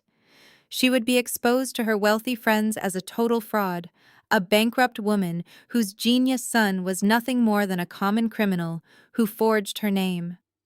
The sheer weight of this reality physically crushed her. Beatrice let out a long, agonizing wail, a sound completely stripped of her usual theatrical elegance. Her legs gave out completely. She collapsed onto her knees, the expensive fabric of her designer dress soaking up the spilled Chardonnay and brown gravy pooling on the hardwood floor. She did not even seem to notice the sharp shards of crystal wine glasses digging into her bare skin. She just knelt there, weeping uncontrollably, her perfectly styled hair falling in messy strands across her tear-stained face. Spencer did not move to comfort her. He did not even look at her. He just stared blankly at the shattered porcelain plates scattered against the far wall, lost in his own narcissism. Then slowly, Beatrice lifted her head. Her expensive mascara was running in dark, ugly streaks down her cheeks. Her desperate, panic-stricken eyes frantically searched the room for a lifeline, for anyone to save her from the consequences of her own terrible parenting choices. Her gaze bypassed Spencer entirely. She looked past Jasmine, who was still standing quietly by the doorway, watching the spectacular collapse with clinical detachment. Her eyes locked squarely onto me. Minutes ago, this exact woman had forced a catering apron into my chest. She had called my career a depressing little bookkeeping job. She had hurled a heavy crystal glass directly at my face and joyfully declared that she was legally stripping me of my entire inheritance. But extreme desperation breeds the most profound form of hypocrisy. Beatrice scrambled forward on her hands and knees. She crawled over the ruined dinner, ignoring the mess, until she reached where I was standing. She reached up with trembling, wine-soaked hands and violently grabbed my wrists. Her grip was surprisingly strong, fueled by absolute terror of losing her status. "Madeline." "Please, Beatrice," sobbed her voice, cracking with raw, unadulterated panic. "You have to save us. You are a senior partner." "Jasmine just said you are a senior partner at a massive financial firm in New York. You must make an absolute fortune. You have the money. You have the high-level connections to fix this nightmare. You can pay off this shadow bank," Beatrice begged, squeezing my wrists tighter, shaking my arms frantically to emphasize her plea. "You have a fancy accountant salary. You can wire the funds tomorrow morning and stop the foreclosure process. We can kick Spencer out. I will kick him out of this house tonight, I swear it to you. It will just be you and me, Madeline. I will tear up those trust documents. I will put the deed entirely in your name. Just write the check. You cannot let them throw your own mother out onto the street. Please, Maddie, you are the smart one. You have always been the smart one. Save your family." The audacity of her words was almost poetic in its cruelty. She was perfectly willing to throw her beloved golden boy out into the cold the second he stopped being financially useful to her. And she was perfectly willing to shower me with empty praise the second she needed access to my bank account. There was no apology for a lifetime of emotional abuse. There was only a desperate financial transaction. I stared down at her tear-stained, hypocritical face. I felt the cold grip of her hands on my skin. I did not feel a single ounce of pity. I reached down, firmly grabbed her wrists, and physically pried her hands off me. "I can't pay them off, Mother." The physical rejection of her grip sent a violent shockwave through Beatrice. The moment my words registered in her panicked mind, the pathetic weeping mother vanished completely. The transition was terrifyingly instantaneous and entirely predictable. Her tear-stained face hardened instantly, the desperate pleading in her eyes freezing into absolute venomous hatred. She realized that her emotional manipulation, a calculated tactic that had worked flawlessly on my father and everyone else in her elite country club circle for decades, held absolutely no power over me anymore. She pushed herself up from the ruined floor, her wine-soaked designer dress clinging awkwardly to her legs, ignoring the sharp crystal shards that fell from her lap and clattered onto the hardwood. "You selfish, ungrateful little wretch!" Beatrice spat, her voice dropping into a harsh, trembling growl that filled the space between us. She pointed a shaking, manicured finger directly at my face, her eyes blazing. "After everything I have done for you, after I put a heavy roof over your head, fed you, clothed you, and tolerated your miserable, gloomy presence in my beautiful house for 18 years, you finally have a clear chance to repay your massive debt to this family, to save us from absolute financial ruin, and you are going to stand there and hoard your corporate wealth, just to spite me." I watched her chest heave with intense indignation. She was not humiliated by Spencer's federal crimes. She was infuriated by my refusal to clean up his mess. You have always been a bitter, jealous disappointment. Beatrice screamed, stepping closer to me aggressively, trying to use her physical presence to intimidate me into submission. You could never stand the fact that Spencer was destined for absolute greatness. You hated him simply because he was charismatic, because he was deeply loved by everyone, and because he possessed the brilliant entrepreneurial spark that you completely lacked. You scraped your way into a boring corporate accounting job, and now you think you can look down on us. She gestured wildly around the destroyed dining room, her voice echoing off the vaulted ceilings and the broken chandelier. You want to see us out on the cold streets, do you not? You want to see your own flesh and blood brother, sleeping in a dirty homeless shelter. You want to see me completely humiliated in front of the entire neighborhood, stripped of my beautiful home and my hard-earned dignity. This is your sick, twisted fantasy finally coming to life. You orchestrated this entire financial audit just to corner him in front of Jasmine. You probably tipped off the shadow bank yourself to accelerate the foreclosure process. You are a monster, Madeline. A cold, calculating monster. Spencer was still laughing softly in the dark corner, thoroughly detached from reality, while Jasmine watched my mother's unhinged meltdown with cold, evaluating eyes. Beatrice took one final furious step toward me, her face inches from mine. I am entirely done with you, she declared, her voice ringing with absolute chilling finality. I am officially done trying to love a daughter who has no heart and no sense of basic family loyalty. You are dead to me, Madeline. Do you hear me? I have absolutely no daughter. When the bank executives come to foreclose on this magnificent estate tomorrow morning, I want you to know that the blood of this family's destruction is entirely on your hands. Never speak to me again. The grand dramatic disownment was meant to shatter me completely. It was specifically designed to make me fall to my knees, beg frantically for her forgiveness, and immediately write a $3 million check just to earn back her conditional maternal love. But I felt absolutely nothing inside. No grief, no sorrow, no lingering desire for her approval. Her vicious words were just empty noise echoing inside a house that she legally no longer owned. I looked at the pathetic woman who had stolen my college savings fund, who had constantly belittled my existence to prop up her golden child, and who had tried to strip me of my inheritance to save a criminal from federal prison. I did not raise my voice in retaliation. I did not offer a tear for her to feed on. I simply turned away from her screaming face and looked down at the floor. I reached down, my hands perfectly steady, and grasped the heavy brass zipper of my bag. I slowly unzipped my designer leather briefcase, the sharp metallic sound cutting effortlessly through the heavy tension in the dining room. You misunderstand me, Beatrice, I said, my voice eerily calm and perfectly measured as I reached inside. I didn't say I wouldn't pay them off. I said I can't. Beatrice stared at my hands, her brow furrowed in deep confusion. She could not process the distinction between refusing to pay and being unable to pay.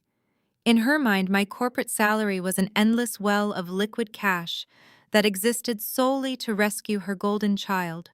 She opened her mouth to argue, to launch into another tirade about my supposed selfishness, but the words died in her throat. From the depths of my black leather bag, I withdrew a massive, thick legal binder.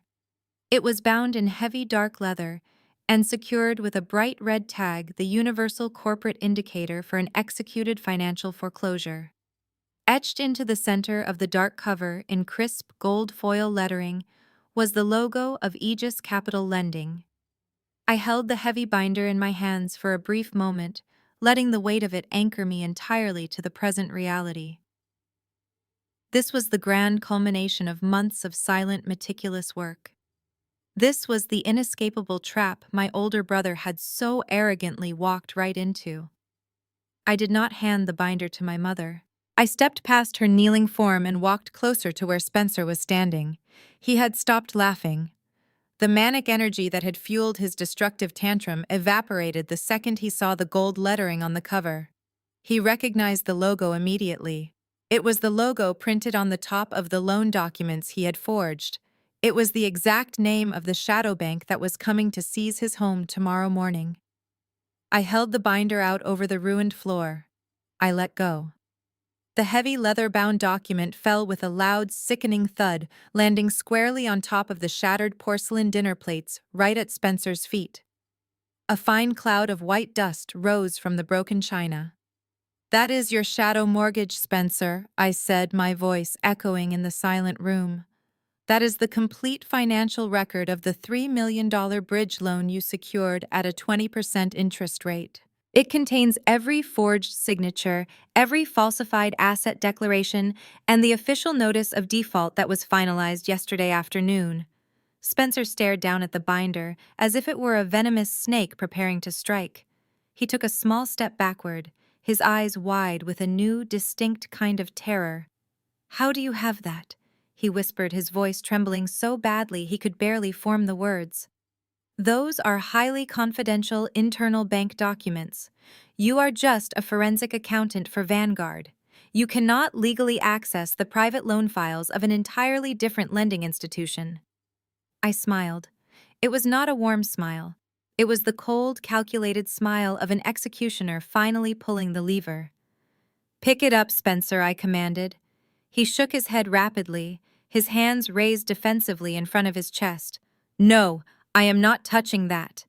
"How did you get it?" I did not raise my voice, but the absolute authority in my tone made him flinch. I said, "Pick it up. Open the binder. Go to the final execution page and read the name of the managing partner aloud for our mother to hear.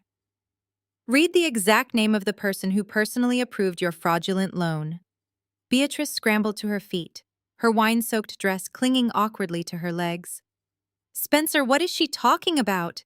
she cried out, her voice frantic and shrill. "Just open the book and see what it says. We need to know how she got this information. We need to know who we are dealing with."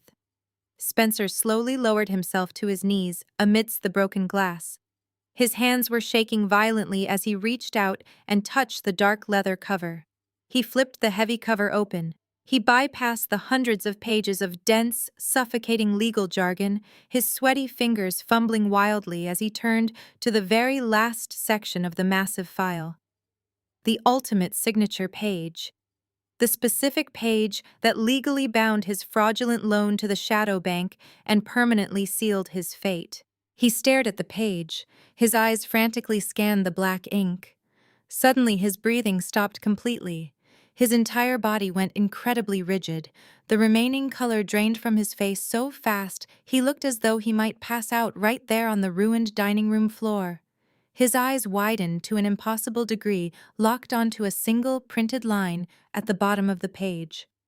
Jasmine watched him carefully from the doorway, her arms crossed, recognizing the exact moment a man realizes his life is entirely over. "Read it." "Spencer," I demanded. "Read the name of the sole owner and managing partner of Aegis Capital Lending." Spencer opened his mouth, but no sound came out. He looked up at me, his eyes filled with absolute, unadulterated horror. He looked back down at the paper, his mind desperately trying to reject the words printed in bold black ink. "Read it out loud," I said, taking one step closer, towering over his kneeling form. Spencer swallowed hard, clutching the paper tightly. His voice was barely a whisper when he finally forced the words out into the open air. "Managing partner and chief executive officer of Aegis Capital Lending." He paused immediately after reading the title, his vocal cords seizing up in pure panic. He squeezed his eyes shut, shaking his head rapidly as if trying to physically dislodge the reality of the black ink printed on the page. "Read the name aloud." "Spencer?"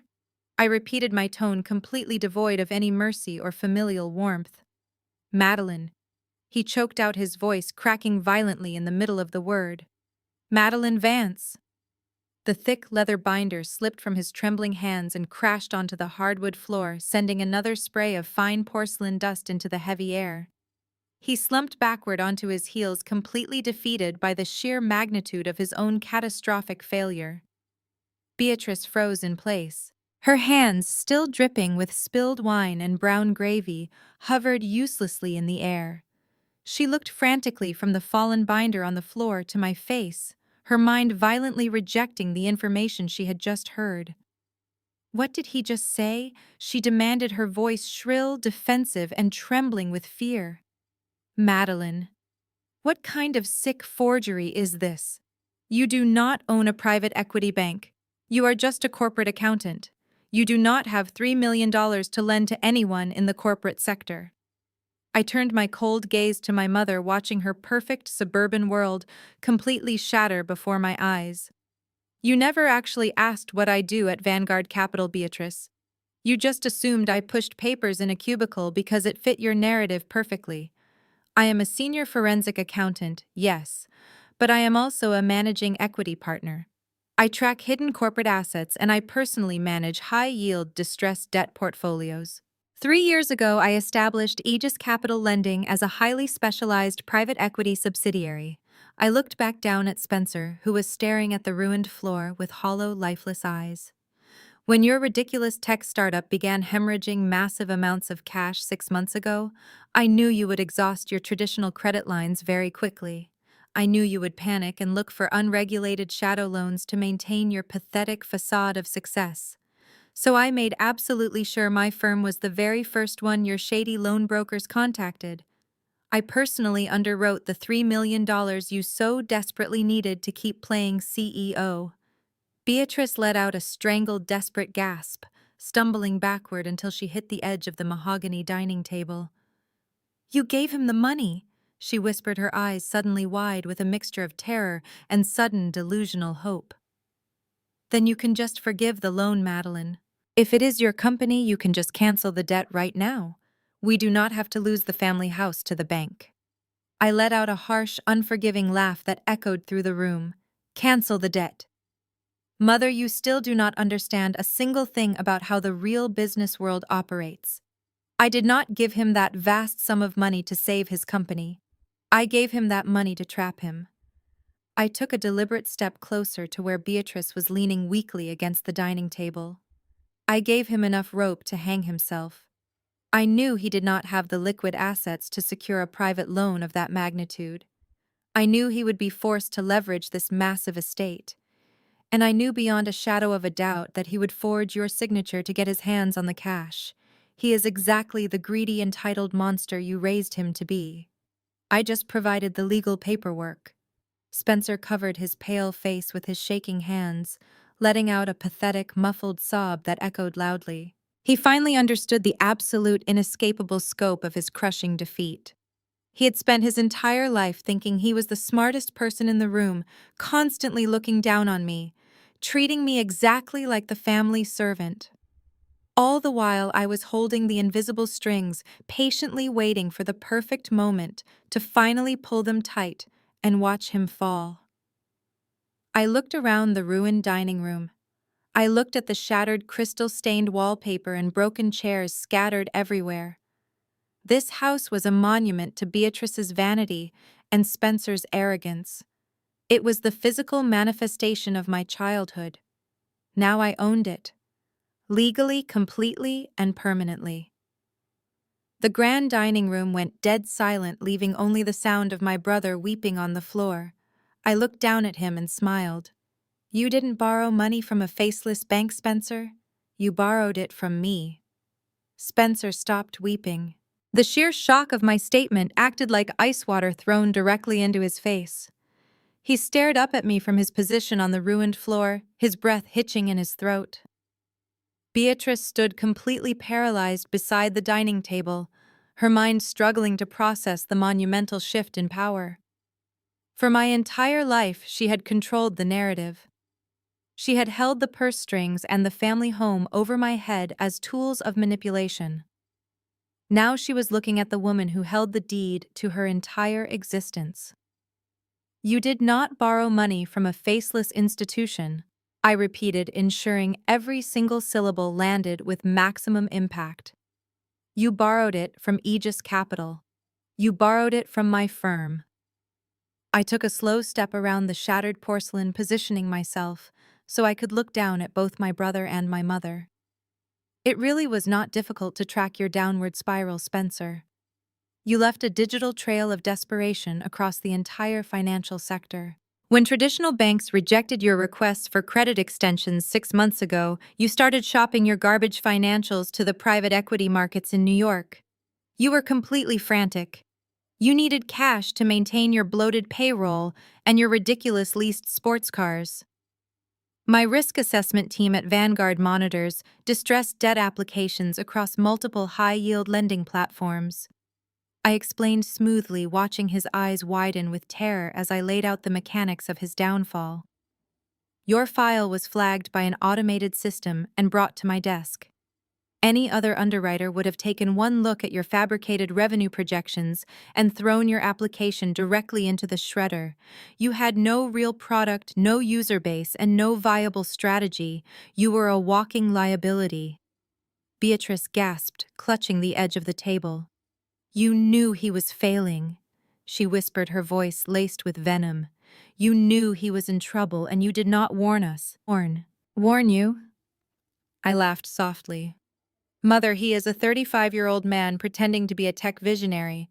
It is not my job to save him from his own incompetence. Instead of denying the application, I took personal control of his file. I became his underwriter. I knew he needed a massive injection of capital quickly, and I knew he did not have the liquid assets to secure it. The only thing of value he had access to was this estate. I looked directly into Spencer's hollow eyes. I knew you would try to leverage the house. I also knew Beatrice would never willingly sign away her most prized possession. She loves this house more than she loves either of us. That meant you had only one option left to get the money. You had to forge the documents. You set me up. Spencer breathed out, his voice shaking with a mixture of awe and absolute horror. I expedited the approval process. I continued ignoring his weak accusation. Standard underwriting for a $3 million shadow mortgage takes weeks of rigorous background checks. I waived them all. I pushed the paperwork through in 3 days. I made it incredibly easy for you to commit federal fraud. I gave you the loaded gun, Spencer, but you were the one who enthusiastically pulled the trigger. You forged our mother's signature, you had it illegally notarized, and you wired the cash into your offshore accounts. You gave him the money knowing he would default. Beatrice cried out, her voice rising in a fresh wave of panic. You predatory monster! You wanted him to fail so you could steal the house from me. I did not steal anything. I corrected sharply. I executed a legally binding financial contract under strict corporate law, a contract your beloved son initiated entirely on his own free will. I gave him a $3 million loan. He spent all the money. He missed 3 consecutive monthly payments. The terms of the loan clearly state that upon 90 days of default, the lender assumes full and immediate ownership of the collateral. The pieces finally clicked together in Spencer's terrified mind. The dense fog of his narcissistic panic lifted, revealing the stark, undeniable reality of his situation. He looked at the thick, red-tagged binder lying on the floor, then slowly looked back up at me. His hands began to shake violently again, as the ultimate truth crushed the last breath out of his lungs. By forging Beatrice's signature on that real estate deed and actively securing the massive shadow loan through my private equity firm, he had not just ruined his own miserable life. He had not just committed a severe federal crime. He had legally surrendered the entire estate directly to his sister. Spencer remained on his knees, surrounded by the shattered remnants of my mother's fine porcelain. His chest heaved violently as his panic finally crystallized into a desperate, frantic need for survival. He stared at the red-tagged binder resting by his feet. He could not accept that he had lost. His narcissistic ego simply could not process a reality where I had completely outmaneuvered him. He scrambled for a loophole, a legal lifeline, to pull himself out of the deep grave he had just dug. You cannot enforce that contract. Madeline, Spencer stammered, his voice raw and raspy. He pointed a shaking finger at the thick leather binder.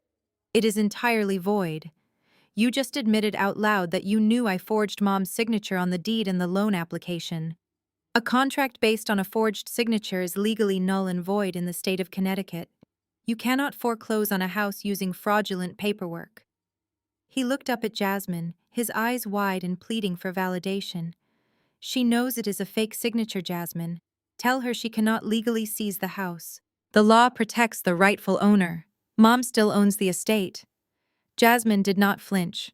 She leaned slightly against the doorframe, her arms crossed over her tailored suit, watching his pathetic display with absolute coldness. I am a venture capitalist, Spencer, she replied flatly. I am not your defense attorney, but I strongly suggest you listen very carefully to what your sister is about to say. I took a slow, deliberate step closer to him, my heels crunching softly on the broken glass. I looked down at the golden child who had spent his entire life believing the rules did not apply to him. You are absolutely right, Spencer, I said, my voice completely calm and devoid of any emotion. A forged contract is legally voidable.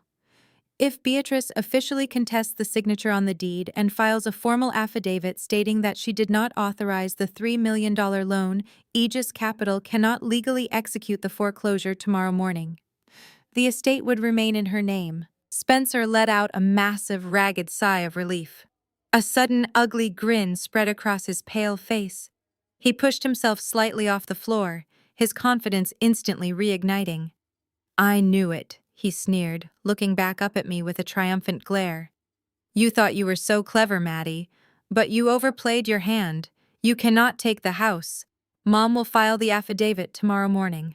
The loan is void. I let his brief moment of arrogant victory linger in the heavy air of the dining room before I crushed it completely. Yes, she can file the affidavit. I continued smoothly, matching his gaze with an icy stare. But if Beatrice officially declares the loan documents fraudulent, Aegis Capital is legally mandated to report the $3 million theft to the Federal Bureau of Investigation immediately. The moment she signs that affidavit to save her house, she signs the criminal complaint that sends you to federal prison for a minimum of 15 years for wire fraud, bank fraud, and aggravated identity theft. Spencer's triumphant grin vanished instantly. The color drained from his face for the final time. On the other hand, I said softly, leaning down slightly, so he could hear every single syllable. If Beatrice chooses to protect her golden child from a decade in a federal penitentiary, she must legally acknowledge the signature on the deed as her own. She must honor the contract. And if she honors the contract, the foreclosure proceeds exactly as planned tomorrow morning at 9 o'clock. Aegis Capital takes full ownership of the estate, and you are both evicted immediately. I stood back up, surveying the absolute devastation I had orchestrated. So, Spencer, those are your only two options. You can void the contract and go to federal prison for 15 years. Or you can honor the contract and I own your entire world. It is checkmate. The silence that followed was suffocating. There was no escape. No buzzwords, no charm, no manipulation could alter the brutal legal reality of his situation. I had backed him into a corner with absolutely no exit. Beatrice stood frozen by the ruined dining table.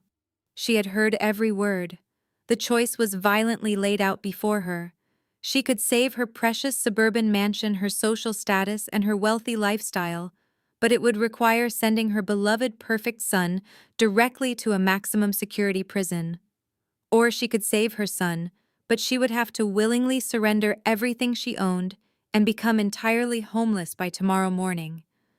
She looked at Spencer kneeling in the dirt and broken glass. She looked at the man who had stolen millions, ruined their lives, and blamed her for it.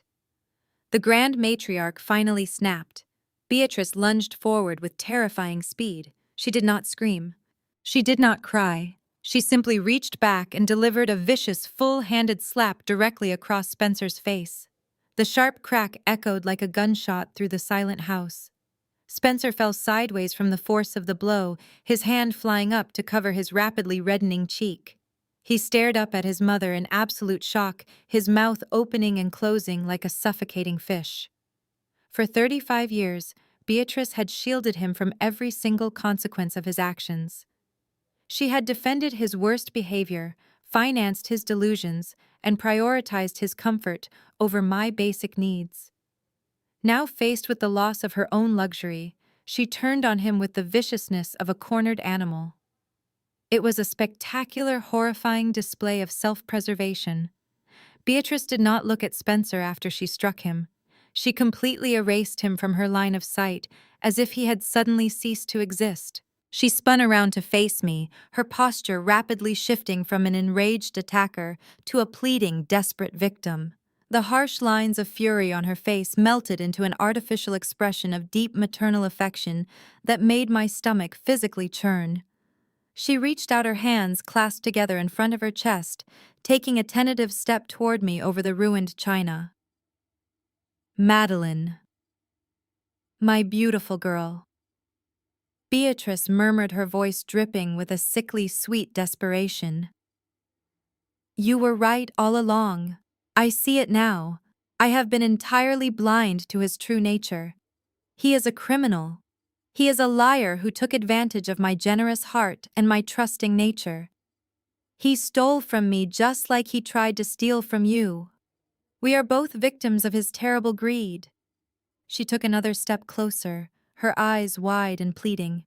I will pack his bags right now, Madeline. I will throw him out into the street tonight. He will never set foot in this house again. You and I can fix this. You are the rightful owner of the estate now, and I could not be prouder of your incredible success. You are so brilliant. You just need to let your mother stay here. We can be a real family, just the two of us. I will make this your home forever. I stared at the woman who had birthed me, feeling a wave of absolute freezing disgust wash over my entire body. Her loyalty was completely transactional. She possessed no unconditional love for anyone, not even the golden child she had worshipped for 3 decades. The moment his value dropped to zero, she discarded him without a single second of hesitation. I took a step back, refusing to let her come any closer. Do not insult my intelligence, Beatrice, said my voice sharp and cutting. You are not a victim. You enabled every single terrible trait he possesses. You funded his arrogance with my future. You fed his narcissism because his supposed success made you look good at the country club. And 10 minutes ago, you were perfectly happy to disinherit me and leave me with nothing just to protect his fraudulent empire. Beatrice shook her head frantically, her artificial smile trembling. No, you do not understand. I was trying to protect the family name. I had to believe in him because he was my son. But you are my daughter, and you are the one who actually succeeded. You were trying to protect yourself, I interrupted loudly, shutting her down completely. And you still are. You do not love me, Mother. You just love the fact that my name is on the deed to this house. You would throw your own son to the wolves to keep your heated swimming pool and your prestigious zip code. But your pathetic offer is denied. I do not want to live in this house with you. I do not want a relationship with a parasite who changes loyalties based on the highest bidder. You are both being evicted tomorrow morning without exception. Beatrice let out a high-pitched shriek, stomping her foot on the floor like a petulant toddler. You cannot do this to me. I am your mother. You owe me respect. You owe me a roof over my head. I gave you life. Before I could deliver another dose of reality to her delusional rant, a calm, measured voice cut through the chaos of the dining room. Actually, Mrs. Vance, she owes you absolutely nothing. We all turned toward the doorway. Jasmine, who had remained a silent, calculating observer throughout the entire implosion of my family, finally stepped fully into the room.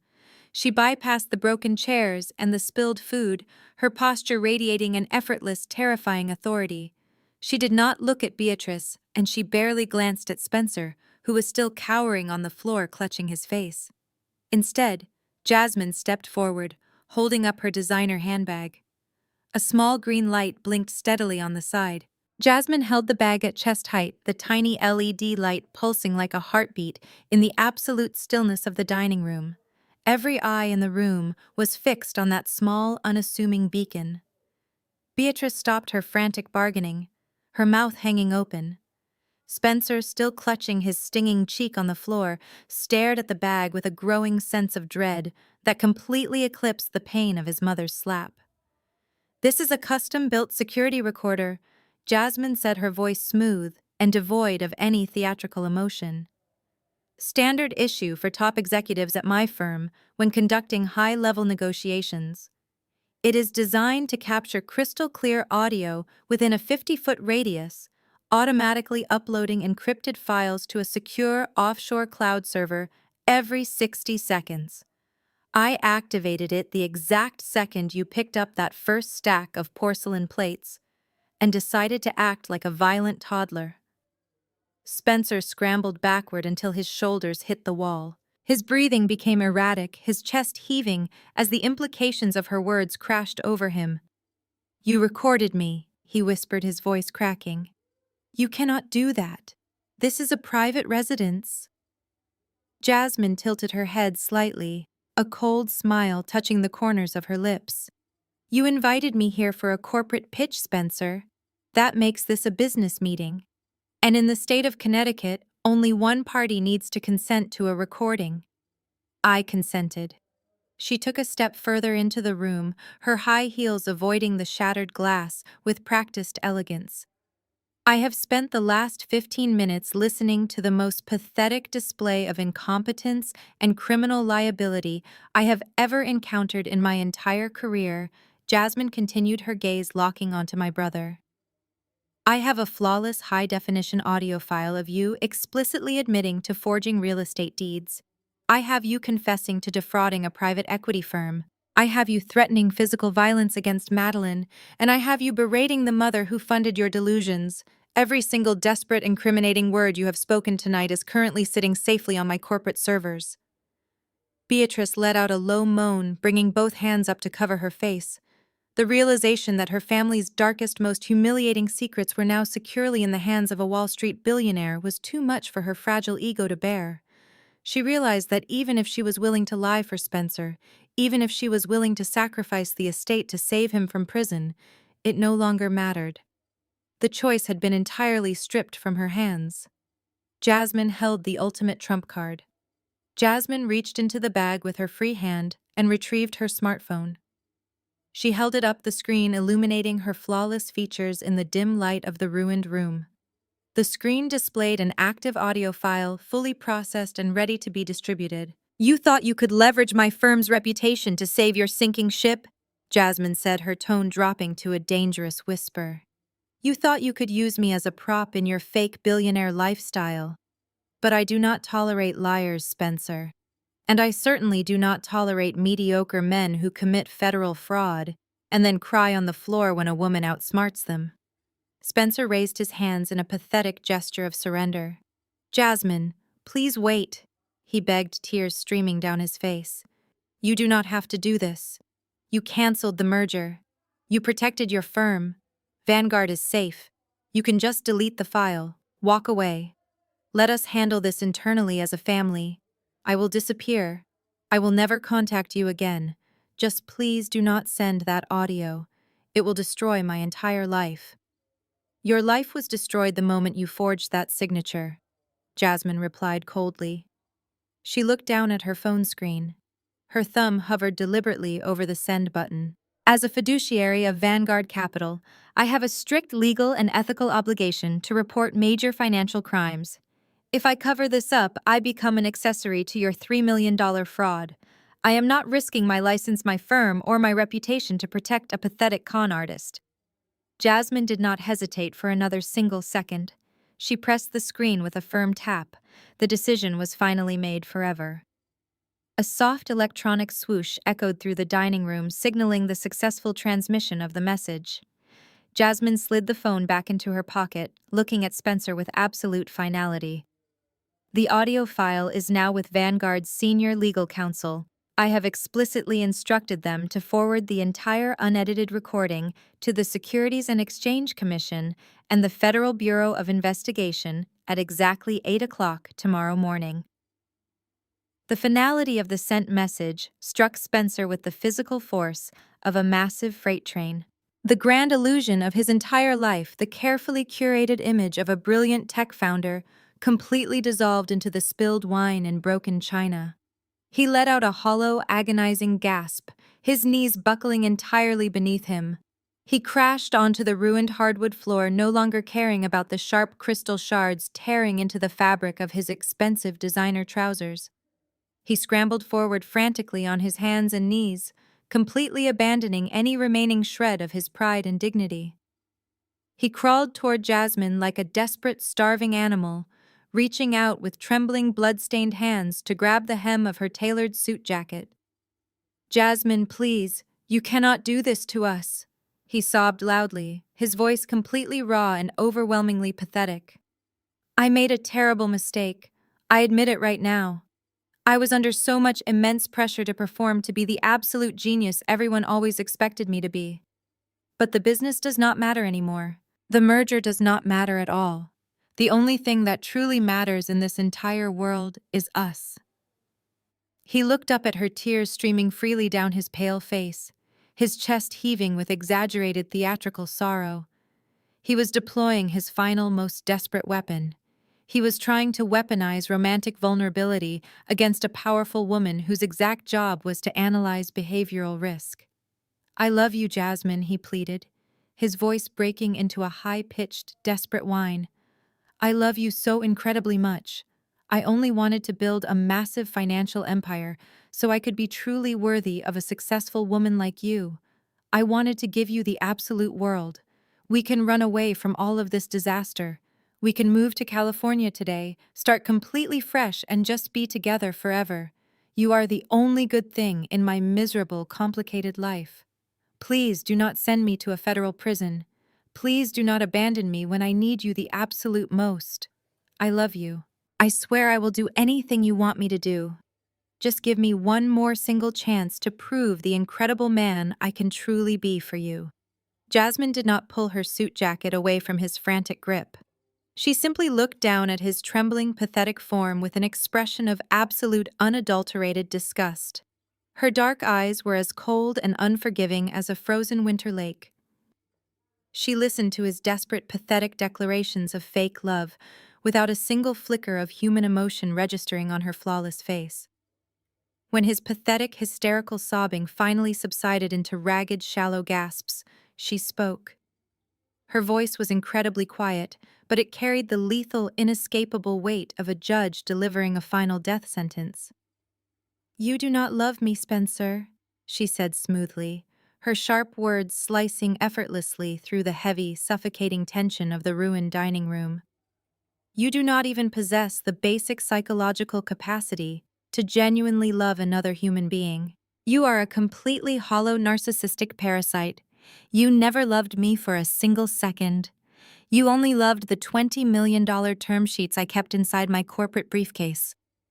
You loved the social prestige of standing next to a highly successful woman because you knew deep down in your core that you were nothing but a complete financial fraud." Jasmine reached down slowly and firmly, pried his trembling, bleeding fingers off the pristine hem of her charcoal jacket. She let his hand drop heavily onto the wet, ruined floor. "You wanted to give me the world," she mocked softly, a bitter, humorless smile crossing her lips. "Spencer, you do not even own the cheap shoes currently on your feet. You are a confessed criminal actively facing a decade in a maximum security federal penitentiary, and my firm does not associate with convicted criminals. Goodbye, Spencer." Without another single word, Jasmine stepped effortlessly over his pathetic, weeping body. She walked out of the ruined dining room, her expensive heels clicking steadily against the hardwood floor, never once looking back at the wreckage she left behind. Spencer collapsed onto his stomach, burying his face deep in his arms, his hysterical sobbing echoing endlessly off the vaulted ceilings. I watched my older brother break into a million irreparable pieces. I did not feel a single drop of sympathy or regret. I walked slowly toward where he lay in the dirt and the broken glass. I stepped squarely over his trembling body, my leather shoes passing directly over his head without hesitation. As I stood above him, I reached a steady hand deep into the pocket of my designer coat and pulled out a single perfectly folded legal document. I unfolded the crisp white paper with deliberate slowness. The sharp creases of the document stood out in stark contrast to the absolute filth and destruction surrounding us. Spencer continued to weep softly on the floor, a broken, pathetic rhythm that served as the perfect background noise for the final act of this family tragedy. I bypassed his trembling form entirely and walked directly toward my mother. Beatrice was still leaning heavily against the mahogany dining table. Her eyes tracked my movement, locking onto the piece of paper in my hand. For a fleeting, delusional second, a spark of hope ignited in her bloodshot eyes. In her deeply fractured mind, she actually believed I had pulled out a reprieve. She thought it was a waiver, a canceled contract, or a new trust agreement that would somehow magically restore her grand suburban kingdom. She reached out with a trembling wine-stained hand, her fingers eager to grasp her salvation. I placed the document squarely into her palm. She snatched it up and brought it close to her face, her eyes frantically scanning the bold black text at the top of the page.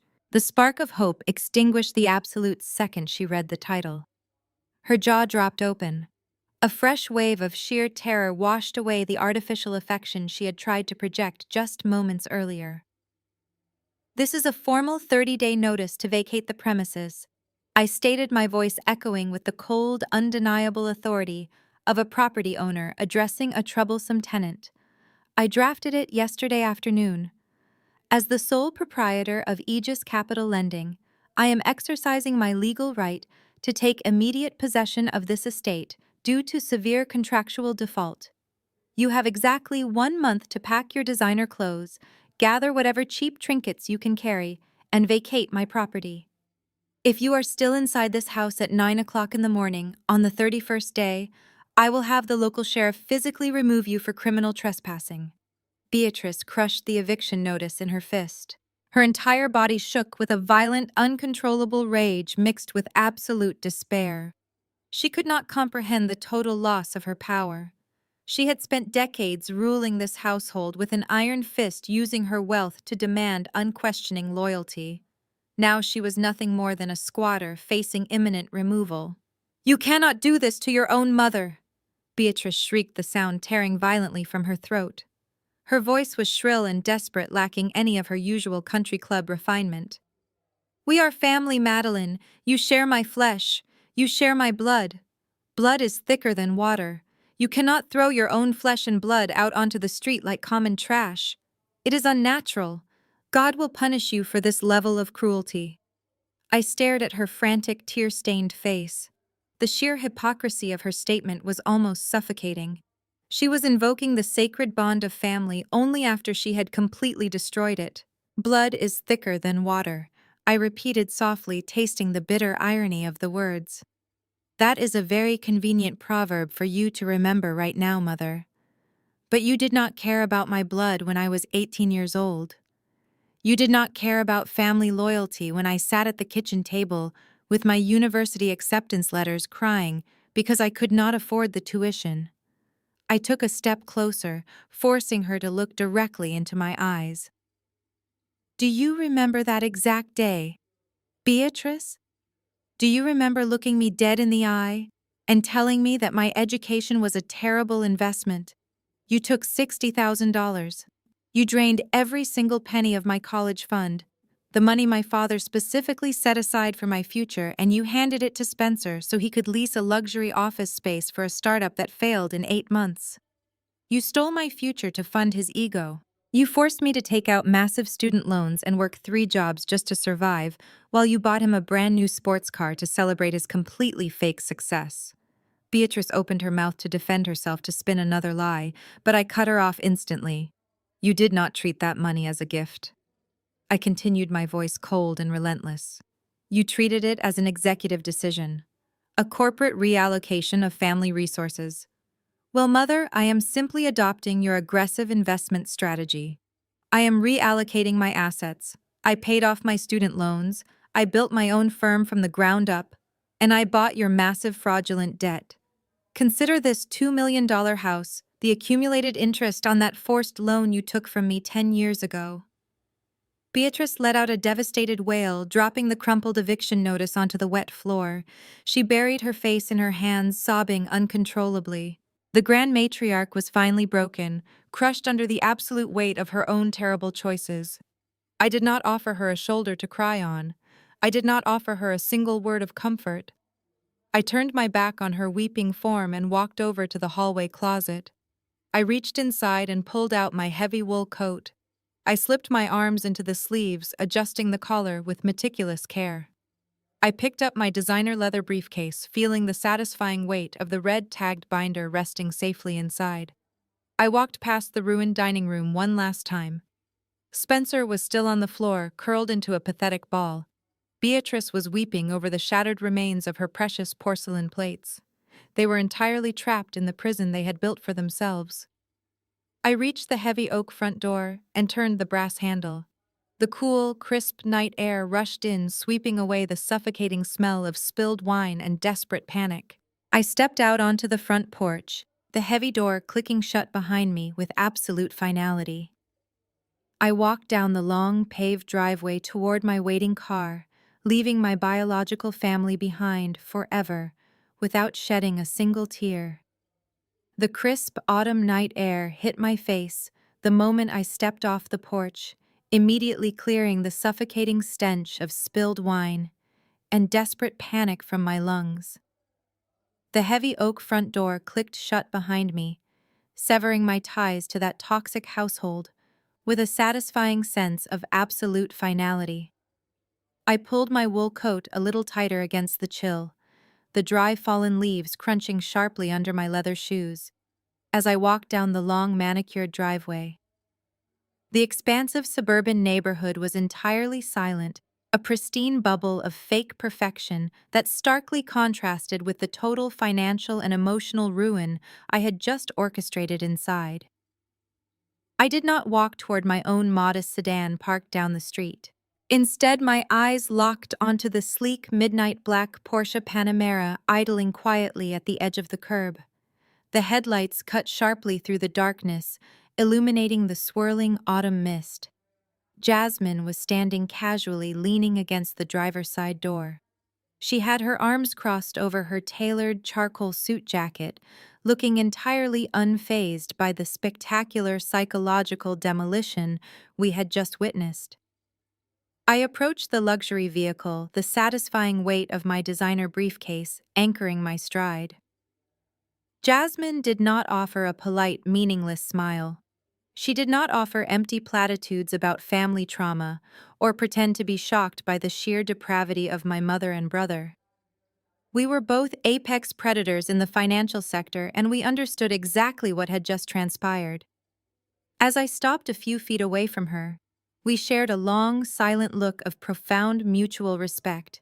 It was the kind of recognition that only exists between women who have had to claw their way to the absolute top of a male-dominated industry, women who had been constantly underestimated and forced to be 10 times smarter and 100 times more ruthless than the men standing in their way.